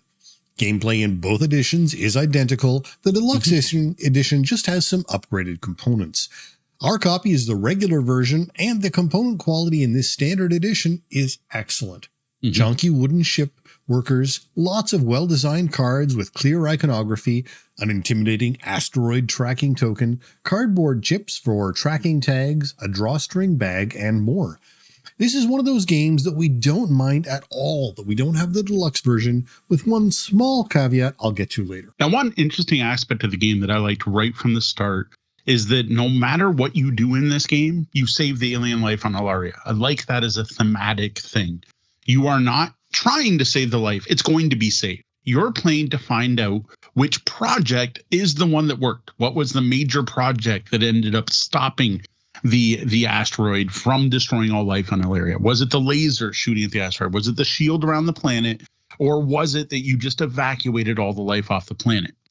No matter what, you still kind of win. Now, how players contribute to those, what technologies they unlock, and species-based endgame scoring opportunities will determine the winner of the game. It's not who saved the planet. The board for How to Save a World is divided into 3 main sections. The top left shows tracks for the 3 projects. Just below that is a planet, which has worker placement spots for gathering resources, working on the evacuation, and getting new cards. And then there's the right-hand side of the board, and that shows the research station, which is out in space, with work placement spots for developing technologies and for working on the other 2 projects, the laser and the shield. As the game progresses, more worker placement spots end up getting unlocked at the space station, but not down on the planet. How to Save a World combines worker placement with hand management and card-driven actions. Players each have 3 landers, which they place and move on the board. Players also have a hand of cards that consist of actions, species, and boost cards, with one of the actions on the planet being to get more cards, unlocking more actions. Now, landers are placed just like any other worker in a worker placement spot, where only one person can be on each spot, except for one specific one that can be used more than once. And there's worker placement spots on the planet and on the station. And where your lander starts at the beginning of the turn determines where you can play. So if you're on the planet, you can only play on the planet worker spots. If you're up in space, you can only play in space. And then at the end of each round, many of the spots have you swap. That after you take the action, you now, if you were on the planet, are now up in space. And if you were up in space, you're now on the planet. Which makes knowing not only where you want to put your workers, but where you're going to end up next turn a big part of this game. Each yellow action card also has an action option, and some of these duplicate existing actions that are out on the board, while others present entirely new options. Both types of actions, the lander actions and the card actions, can be improved by playing these blue boost cards. And then there's the last type of card, which is the green species card, and those give you endgame scoring, and they also have all 3 types of tags on them. Now, tags come in 3 types: planet, moon, and science. Every card has 1 or more tags on them, and you can play the cards just for their tags. Players can also collect permanent tag tokens during the game through various actions. Tags are spent to take or improve actions. For example, when gathering resources on the planet, every planet tag you spend gets you 2 additional resources. Now, you start off the game with 1 of each type of card that you can, and then you can buy more through 3 rows. The market's got 3 different types of cards and 3 of each type of card. Now, the cost you spend is based on how many cards you already own, which is an interesting way that the game escalates. Cards bought, though, immediately go in your hand and can be used, which is kind of nice to see. You don't see that often. Each card can be used once per round, but at the end of the round, you're going to pick up your entire deck and be able to use the whole thing in the next round. Note, this is not a deck building game. This is not a game where you're going to play your deck and shuffle and play your entire hand every time it's your turn. This is very different. This is more of a deck construction, deck handling type of game. Another big part of How to Save the World is developing technologies. Most of the tech upgrades improve your existing actions in some way, and some unlock new scoring opportunities. Which technologies you have unlocked, as well as all of the resources that you collect and spend, are tracked on your personal player board. And one part of this is this really neat economic system where you track your baseline level for each resource, and then you can raise those in various ways. And then at the start of each round, you look at your resource track, and any resources that are below that baseline, they move up to that level. So you generate resources based on your baseline. So, for example, instead of say, I get 6 of these each round, I start at 6 each round. So it's a neat difference, and one that really adds to the engine building feel for How to Save the World. So what about those 3 projects? The laser, the shield, and the evacuation. Players contribute to them by placing a lander in the right spot or by playing a project contribution card. Then they sacrifice a number of resources, the type determined by the project they are working on, and then they move a tracking chip up the matching track. Doing this grants a reward, which varies by project and how far into the game you are. Every time a project is advanced, cubes matching the color of the project are added to that bag. So the bag is how you determine how fast the planet-killing asteroid is coming and how many rounds the game's actually going to last. Now, it starts filled with just black cubes, asteroid cubes. And as Sean just mentioned, every time someone works on a project, you're adding more colored cubes to the bag, matching those projects. Now, at the end of each round, you're going to draw out a certain number of cards based on how far you are into the game. And when you pull them out, if it's black, the asteroid starts getting closer, and you move the little asteroid tracker, and that has some things change in the game. The game will escalate. Like more worker placement spots will be added to the space station, or you'll have the card market will refresh. Or you just add more black cubes to the bag to increase the odds that it moves on future turns. But at the end of each round, the number of cubes you draw grows. And I think it starts at 3, then goes 4, 5, 6, 7, and then eventually you're adding up to 8 cubes at the end of the round. So there's more and more chance that the asteroid's going to hit. But you're always just playing the odds here. That's one of the things I really love about this game, is that feeling of building tension. Mm-hmm. The game ends whenever the asteroid collides with the planet. And this could happen really quickly, like as early as round 3, or it could go a long time. You can stretch up to a total of 8 rounds are possible. The timing is based on the luck of you drawing those cubes from the bag, and that bag gets seeded based on player actions. So the odds end up being modified by how much players contribute to the projects, but there is still this big random element. Now, once endgame is triggered, you determine which project actually saved the world through additional bag pulls. You draw for the laser, and if its track doesn't get filled, you move to the shield. Moving cubes from the laser to the shield track, because using the laser at all does have some effect. And then you pull cubes for the shield. If the shield track doesn't fill, then the evacuation was the most effective project. Players then get points based on how much they contributed to each project, with the main project being worth significantly more than the other two. Now, How to Save a World also comes with a separate set of single-player rules. They call it the SimU solo mode rules. This plays similar to a two-player game where the SimU player actions are determined by a deck of cards. The bot comes in 4 different difficulties, which actually affects how many points they score for their green species cards they collect while playing. There's a lot going on in this game, and there's definitely a learning curve for your first game. But overall, we found it to be a pretty quick and easy to pick up game, and not just for our home group. Like, I've taught this out at public play a number of times now, and folks seem to pick it up pretty quickly. Though it's mostly, okay, now I get it and I want to play again. I think what makes this game easy to learn is how the actions are tied really tightly to the theme. And the only real difficulty here is figuring out all the iconography on your first time through. And it's not bad. It's just there's that little bit to learn, right? And there is a great guide sheet that shows all of the possible locations and describes each technology. And that really helps with remembering all the possibilities. So this is one of those games where, like, I feel like I've known the game for a long time, though it's still actually just out in stores, I think, in the last week. This is one of the ones we actually got to see as a prototype a couple years ago at the Origins Game Fair. And I immediately was smitten by the theme and the entire concept of the 3 different projects. I thought that just sounded fascinating. And I'm like, what a cool concept for a game. How do you save this world? Yeah, I mean, a new sci-fi game, how could I not be interested? I had the opportunity to watch this one get played a couple of times before getting to play it myself. I just wasn't able to sit down for long enough to play. Now, just seeing it, it's easy to overlook some of the little aspects that you need to focus in on the game. So while it's not a super heavy game by any means, it's not family weight either. No, this is not a gateway game. But theme-wise, I love it. I think it's just brilliant. And the theming is so tightly tied to the mechanics, which I really dig. And the whole thing is just very detailed and cohesive. Like the board, the card art, it all just works together. Now, one thing that surprised me when we actually did finally sit down to play this game is that you are going to want to contribute to all the 3 different projects, or at least a couple of the different projects. I really thought when Sean pitched the game to us and kind of gave us the elevator pitch, it was going to be a pick your pony kind of thing. Like, I'm going for the laser, Sean's going for the shields, Dee's playing evacuation. That's not what it is in this game at all, actually. The fact that all 3 tracks score means you kind of have to do all of them. And it's just a bonus for picking the one that works. So you don't really want to fall behind because all of them score majority style, right? So I'm going to get first, Dee's going to get second, Sean's going to get third. On the next track, maybe Dee gets second, Sean gets first, I get third, and so on.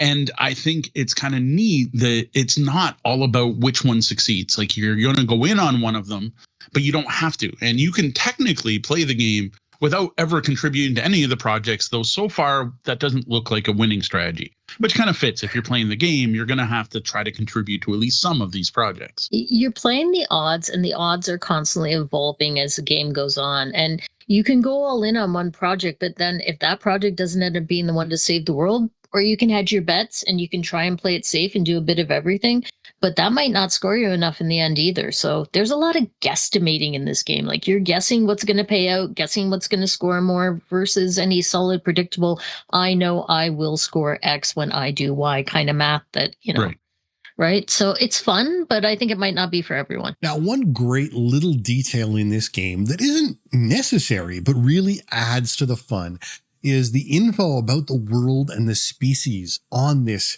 world. And they're on these cards and they reference each other. So one card will have a species and then something else will have the species that eats it or whatever. And it makes no impact whatsoever on gameplay, but there is some fantastic content on these cards that is very much worth paying attention to. That's part of what I meant when I said thematically, it's just detailed and consistent. I remember noticing that there were sentient rock eaters.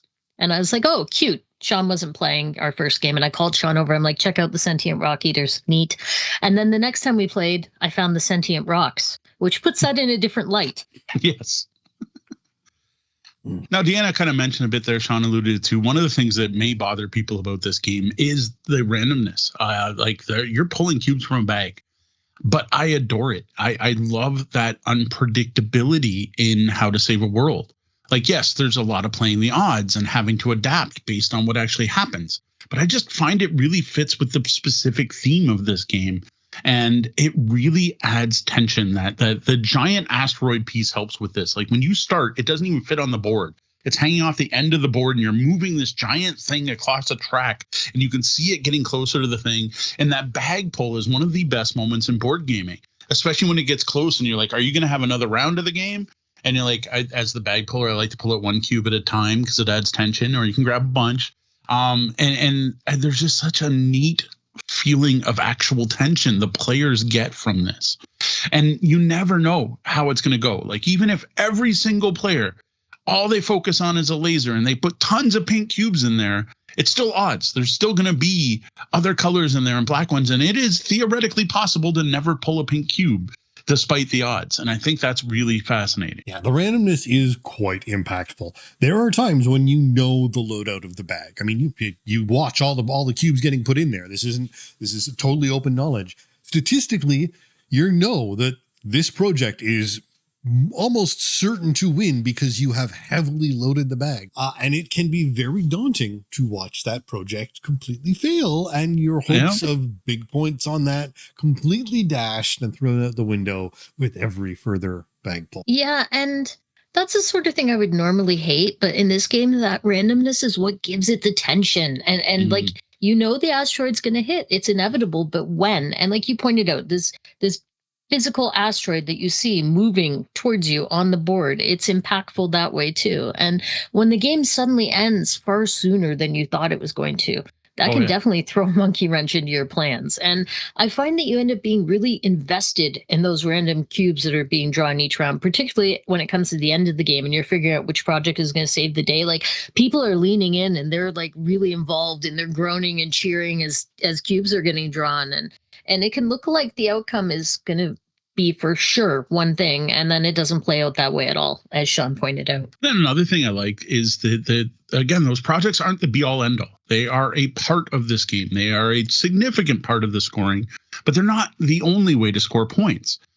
Despite being the main theme of the game, there are other things you can do. Like, you can get a ton of points just by collecting specific cards or by unlocking point scoring technologies.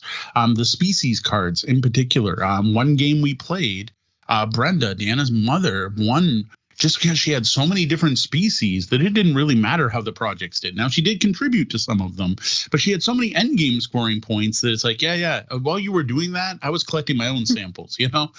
And honestly, there's some neat stuff where if you can see everyone else to say, I'm sticking with going all in on lasers for some reason, just because it's top in the track. But if you see someone going all in on lasers, well, there's a technology you can unlock where you get points every time a colored cube is pulled from the bag.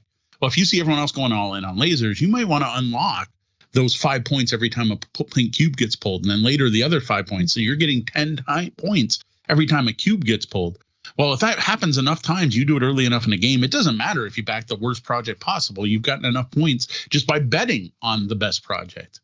And the best part I've seen of this is in all the plays we have had for this game, and including games I've watched people play at our public play events, is I have not seen a dominant strategy. I have not seen a proper way to play.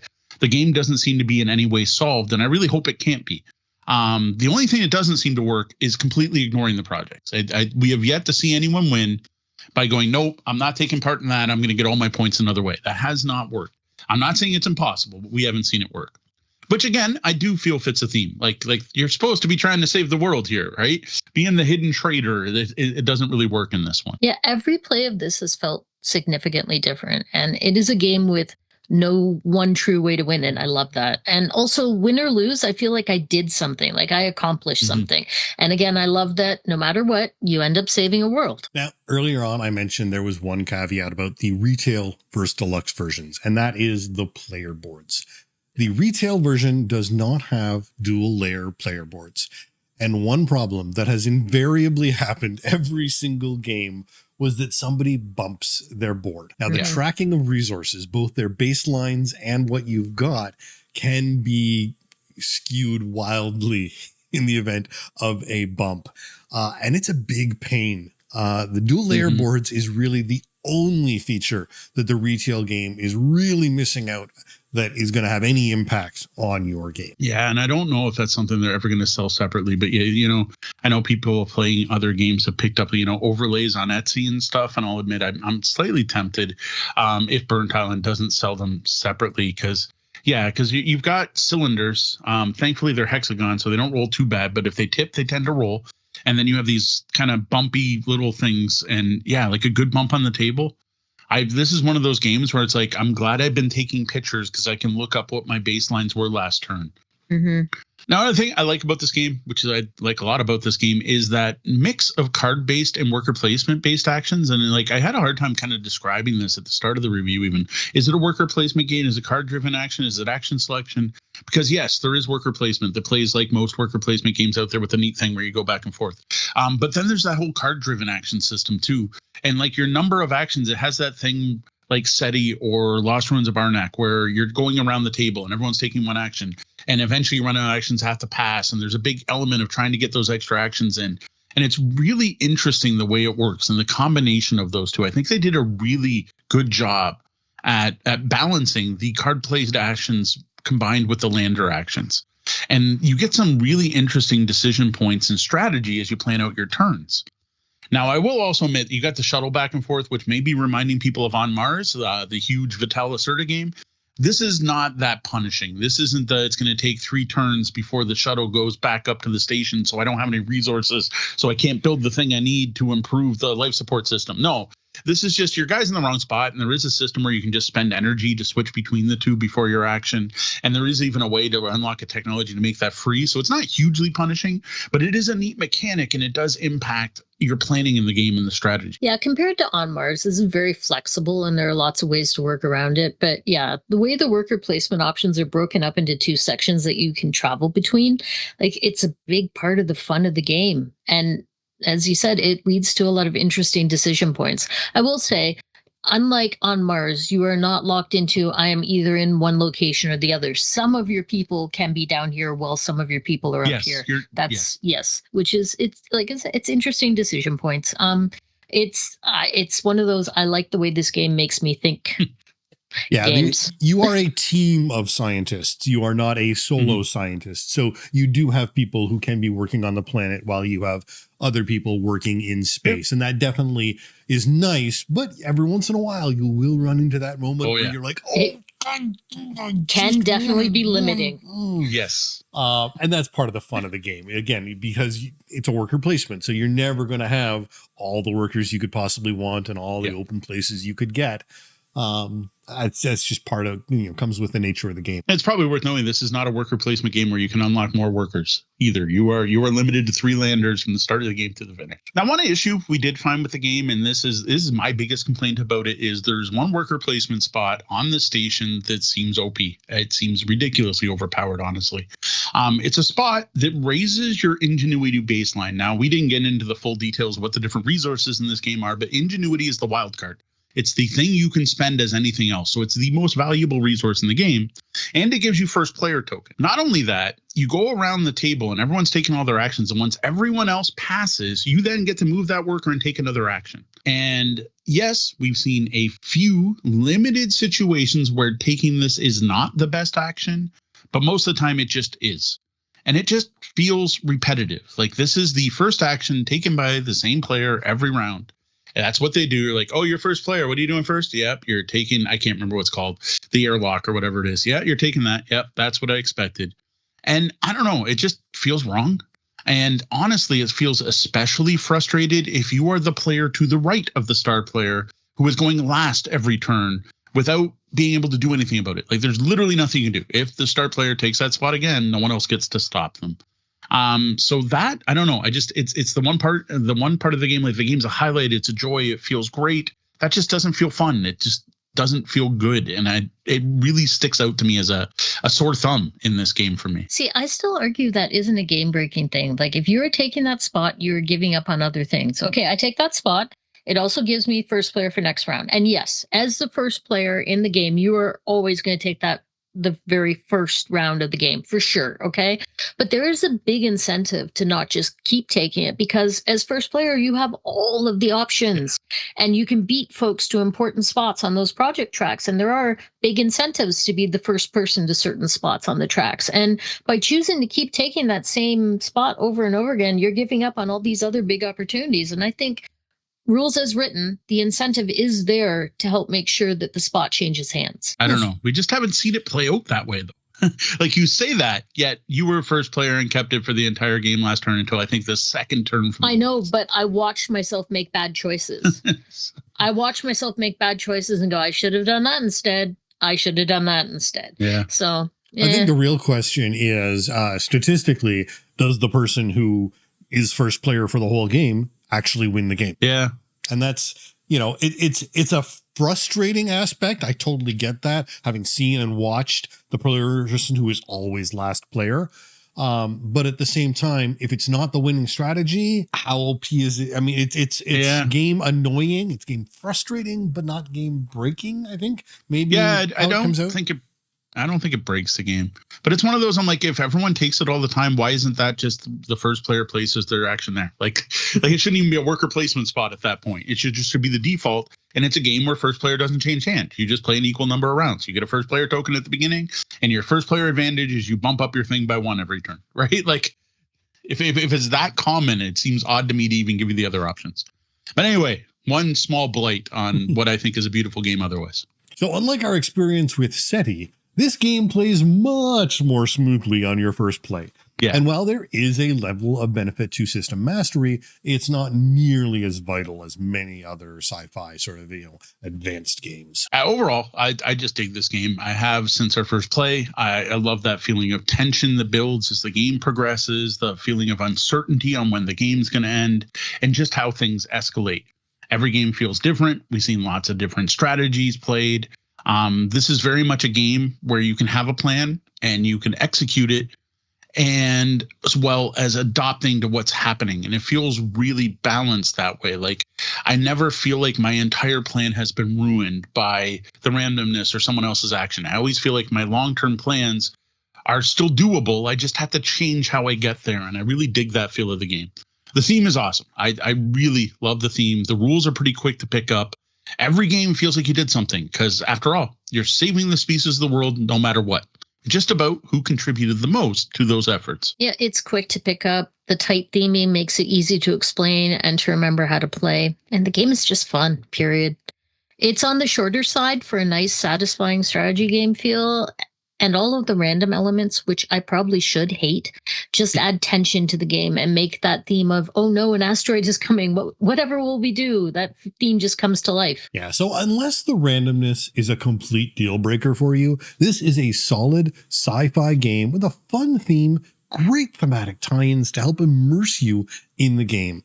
It will make you think, and you're going to finish up your first game thinking about all the things you could do differently next time, which I think is a high recommendation for any game when it gets stuck in your head. How to Save the World is the kind of game I've actually come to expect from Burnt Island games at this point.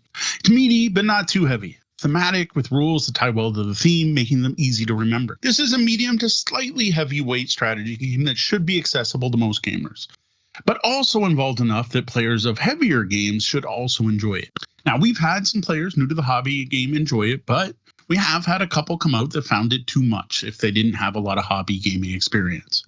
If your group likes engine building, card-driven actions, worker placement, you should really dig How to Save a World. Now, if you don't know what those terms mean or haven't played at least a couple games in each of those styles, you might want to hold off a bit until your experience with hobby gaming is a little more involved. Okay, before we go, I want to toss in a shout out for another game from Burnt Island. and that's Endeavor Deep Sea, which they put out as a joint project alongside our former show sponsor, Grand Gamers Guild. Endeavor Deep Sea is a game that we strongly recommend that every hobby gamer check out. And we're not the only ones that think that, because it won a ton of awards last year, including the Kenner Spiel and the Origins Award for Best Heavy Strategy Game. Much like How to Save a World, this is another super thematic game, only here it's capturing the feeling of deep sea exploration and discovery. You can check out our Endeavor Deep Sea review for more info on that. And just yesterday, when we're recording this, it broke the top 100 on Board Game Geek. And I saw heck, I didn't know Bird that. Island celebrating that. So, all right, well, this review is saved. I don't think the laser did much, but it seems the shield worked and we're not being evacuated right now. Yeah.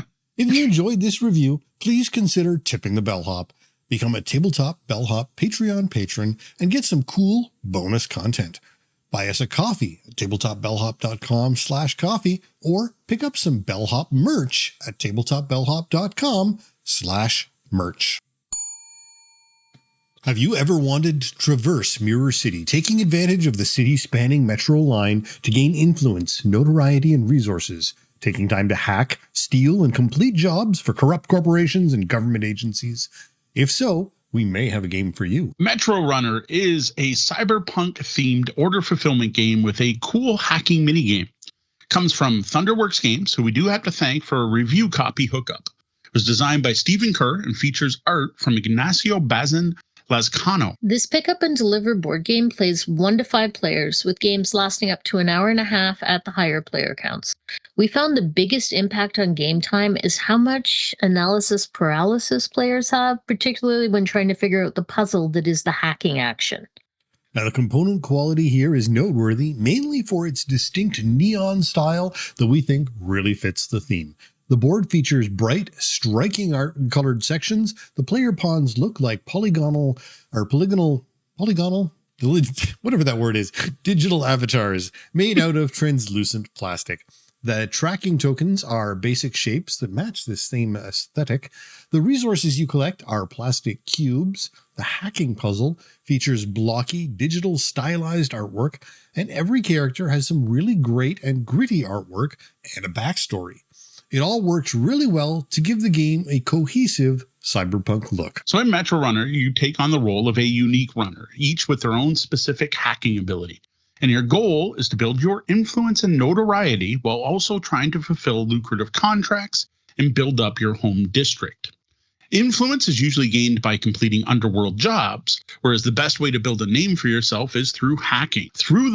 Though there are other options like paying for viral marketing. The board is divided into 5 big color-coded districts, and then there's this path that runs clockwise around the entire board and goes through each district, and that's the metro line. Along the line, there are various stops, and each stop corresponds to an action you can take in the game. The board is 2-sided, and the side you use is based on the player count, with the 4 to 5 player side featuring one additional stop for each district. Now, players are assigned a random character card, get a starting job card and a random job card from the job deck, then take 1 credit token from the bank. Player markers start on the hacking spot in their home-colored district. So each turn in Metrorunner, you're going to move your character 1 or 2 spots along the metro line, jumping over on the occupied spots and then take an action. Now you can boost that with resources to go further also.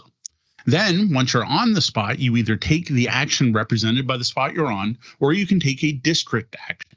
Now, there's 2 types of district actions. One is take a cube for the district color, as long as any others are built up, or complete a job for that district, which again, you can collect any cubes that built up in that district as well. Non-district actions include acquiring 2 new job cards from the public market, collecting assets, which means getting 2 resource cubes of the color shown, contacting your agents, which means collecting resources based on your notoriety level, or hacking the network.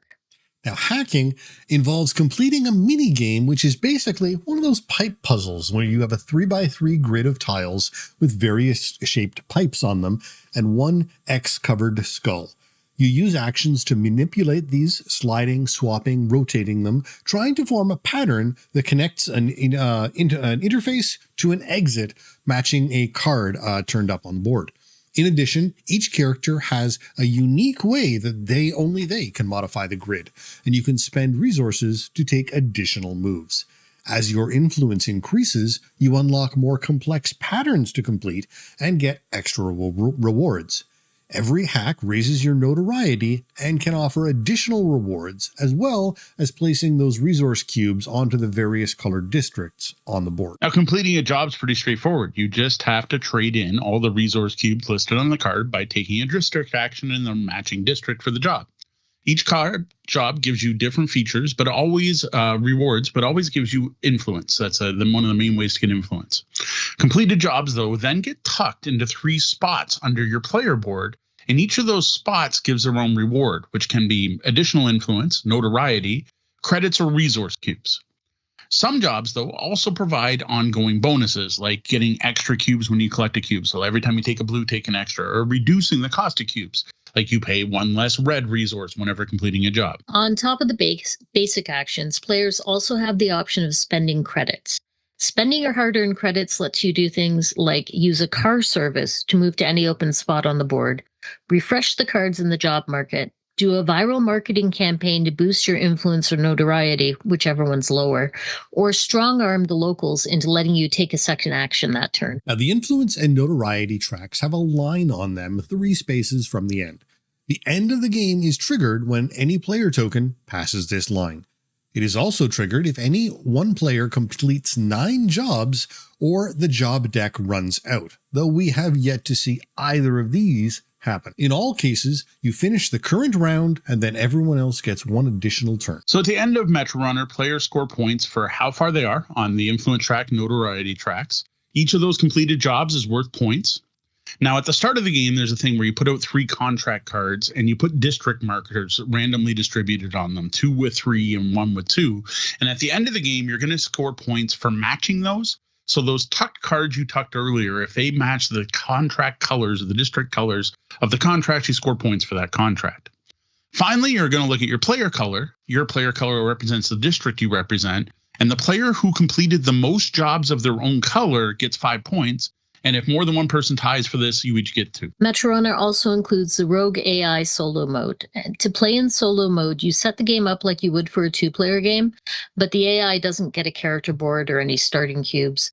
Then your actions are the same as in the standard game, but the AI also has actions, which are determined by a special card deck. The actions the AI takes for each card are based on your comparative notoriety. And at the end, your final score is determined the same way, but instead of the normal district majority scoring, you get 1 point per job of your color that you've completed. And then you compare your score to a chart to see how well you did, and there's a range going from corporate punk to prime runner. I'm going to start off our thoughts on this game by saying it's really hard to make a good cyberpunk game, at least in my experience or based on what's been published out there. Many games have tried to create something in this genre, and while there are some great games out there, and some are fantastic games despite the theme, they just don't feel cyberpunk, at least to me. There's something about Metrorunner that just works. Like, this feels like a cyberpunk game. Now, part of that is a feel in the game that doesn't actually match the written lore, because I know the theme is you're moving around a city on a rail system, but like, honestly, because of the graphic design, in particular, those polygonal pawns really makes it feel more like we're moving around the grid or the net. And especially the way we're forced to follow the flow of the circuits and the way you make contracts, collect resource, complete jobs, and hack, just gives me this feeling of like I'm playing a net running game. I am doing the thing in the Cyberpunk 2020 RPG without having to pull out a crossword puzzle to figure out what I'm doing. And I love the way they made that theme work with the mechanics in this game. Like, I agree. I've been so excited by the possibilities of cyberpunk games in the past and have felt burned so often. And this one just captures the theme. It feels cyberpunk. And I think this is the best gamified depiction of hacking that I've seen yet. I think that the duality, both the transit overworld and digitally, is just such a great concept that they've really made use of it here to their benefit. The subway system as transit fits so well into that hacker ethos, as it's a complex system that hackers can work with in order to further their work on other systems digitally or in the real world. Now, I think it's pretty clear from our overview. We pretty much covered everything. Like, we weren't very high level there, but this is just a very straightforward game. You're moving along a rondel to collect orders. You're going to gather the resources to fill those orders. Then you're going to get to the right spot on the board to fill them and collect the rewards.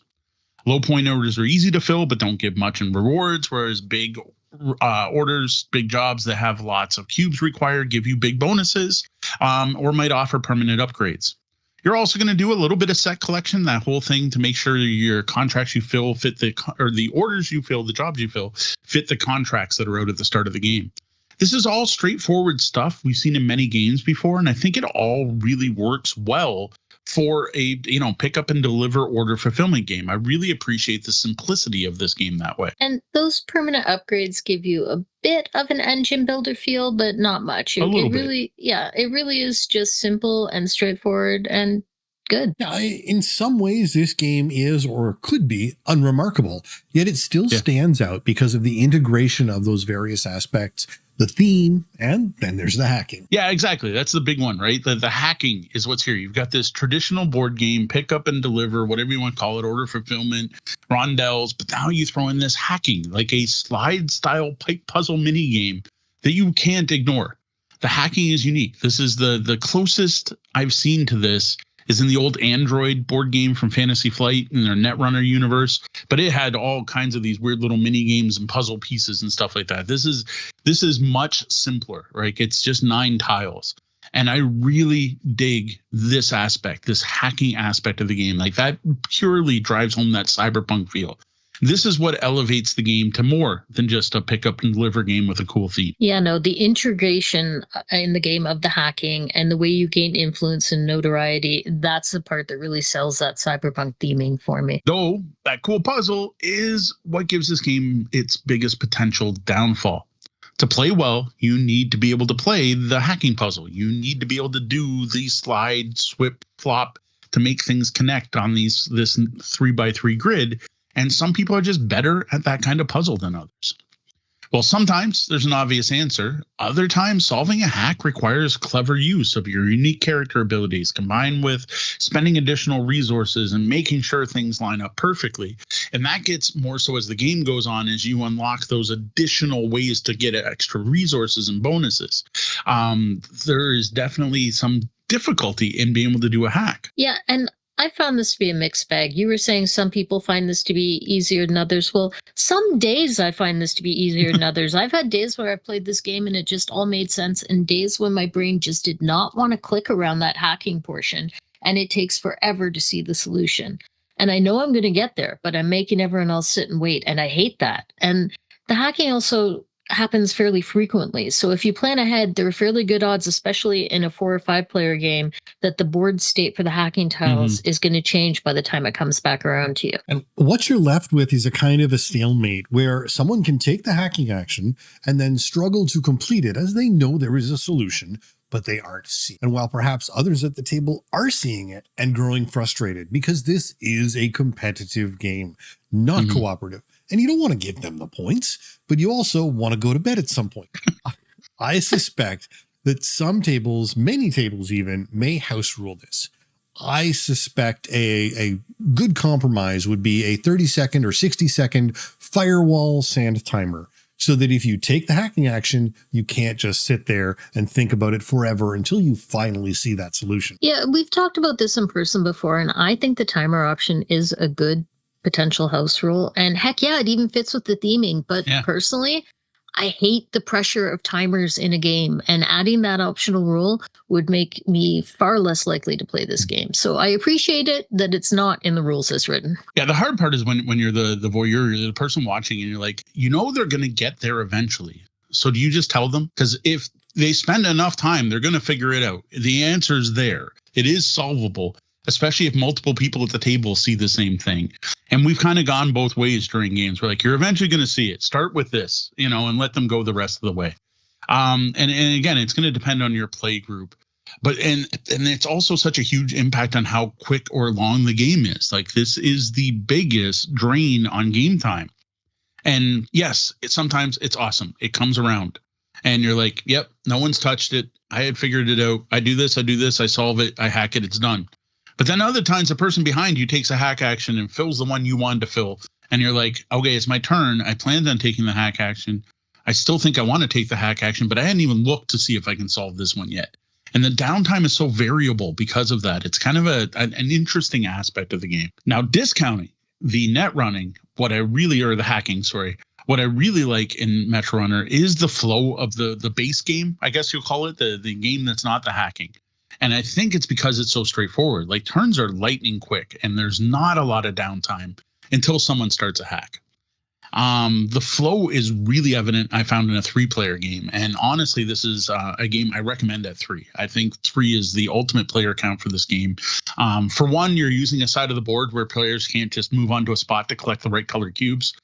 That's removed, so there's a little bit more you have to do, and you have to work for your resources a little more. But it's just that flow of going around the table quickly. And honestly, if you want house roll the hacking, and it'll flow even better by going, I give you 3 seconds to get it, but we're going to solve it for you, but you don't get, say, the purple reward. We'll solve it for you without the purple reward, or find some other way to make it go smoother. Though the game does work at 4 and 5. Like, honestly, for a 5-player game, you get a lot of game in a fairly short playing time for a 5-player game. Usually 5-player games end up being pretty extensive. It didn't feel extensive, but I did like it better at 3.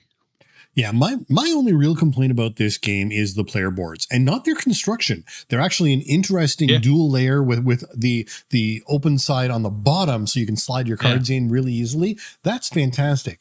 Unfortunately, some of the player aids on the boards aren't as well described as they could be, and lead to some ambiguity and need to check the rules and double check things. Mm-hmm. Once you know the game, it's fine, but they aren't great to learn off of.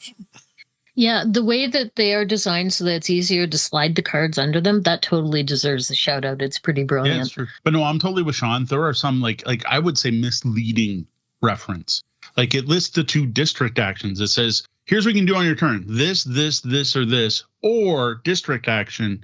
And it lists 2 things. Well, you don't get to do both. You have to pick one of those 2. Mm-hmm. That being one of them. And then there was something else with one of the bonus actions that almost contradicted the rule book.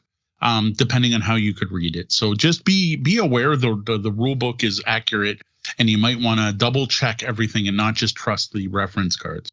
Now, where I do think this game stumbles is the fact it is so straightforward. Like as I mentioned earlier, it's the fact there's a cool hacking mechanic that really makes it stick out as something special. Without that, it's kind of too simple. Like I do appreciate streamlined games. But it's not the kind of game that I'd play and immediately want to play again. And I don't feel like, yes, knowing the deck helps, but this isn't the kind of game I'm going to play over and over to master my gameplay. And I'm not going to sit there and try different strategies every time. Like, this is a fun diversion. It's something quick to play on a night with other games, but it just doesn't hit that top tier game for me. But I will still say, as a cyberpunk themed game, this is one of the best. And if we're doing a themed game night that has anything to do with computers, hacking, net running, rebels, any of that stuff, I'm going to bring this game out, and I'm going to enjoy teaching it and playing it. Yeah, I agree. It isn't quite a filler game. Like, it's too long for that. It's an auxiliary game, like a warm-up or a cool-down game that you play alongside something else, but it's not something I'm going to suggest as the main attraction. Yeah, I'm not sure where this game fits in. In some ways, it feels almost like a modern family game, but it's a bit too anti-establishment in its theme for a lot of families, I suspect. Still, if you loved sneakers, hackers, Johnny Mnemonic, then this might be a game for your friends and family to play together. Yeah, well, no, I'm sorry. It's not a top 10 material for me. I do think Metrorunner is kind of a hidden gem game. No one seems to be talking about it, though I did see it kind of like a Dice Tower seal of approval. So there are definitely some people out there. But we've even heard from Thunderworks themselves that sales of this have been disappointing, and it's not doing as well as they expected. This is a solid game. There's nothing wrong with this game. It's a game that gets cyberpunk right, and with the right combination of a theme, aesthetic, and mechanics. I really do think more people do need to check out Metrorunner. Wait, what was that? Did you see that flicker? What's this progress bar? I think we're being hacked. We've got to shut this thing down quickly. We could really use your help. What's the best hacking system you've seen in a board game? What's a game that does cyberpunk right? All right, post your suggestions up on our underground web server at discord.tabletopbellhop.com. Well, that was the double bell. That means our shift's coming to an end, and we're going to have to lock the lobby doors. Before we start locking things down, let's take a moment to thank some of our Tabletop Bellhop Patreon patrons, all of whom are awesome. Diane T. Thanks, Mom. Roger Malash of Roger Dodger Games. Thank you. Kat and Tori. Kator, great to see you around a little more lately, and always fantastic to have you with us. Jeff and Sheila Seuss. I know we're going to be running into Jeff at our Board Game Bazaar this weekend, so see you then, Jeff. John Gross. Thank you for being a patron. Jeff Farbman. Thank you, Jeff. Well, while we've hit the end of this podcast, you can always find us at tabletopbellhop.com. Be sure to subscribe on your podcatcher of choice. Set us to auto download so you never miss an episode. And while you're there, be sure to find a way to leave us a review. Yes, please, please, please leave us a review. It bums me out. We've been doing this for over 7 years and we have like 10 reviews. Yeah. I see the download numbers. I know there are more than 10 of you out there listening. So it would be awesome if you took a minute to leave a review wherever you're listening to this. Or if you're on one of the podcatchers that doesn't do reviews, you can sneak over to, say, Apple and drop one on there. Spotify here in particular is like really good. The more reviews you have, the more it shares to other people. So that'd be awesome. The other thing you can do to support the show is tell your friends and family and fellow gamers about it. Let people know. I think we have a show that sounds really good as a podcast. We live stream it, which is always entertaining, getting to interact with the lobby. And people who check us out tend to enjoy it. So let your friends and family know. We've talked about almost 450 games over our 7 years doing this, and we don't plan on stopping anytime soon. Well, that's all for us tonight, though. For the Tabletop Bellhop Gaming Podcast, I'm Sean. I'm Deanna. And I'm Mo. Thank you. And game on.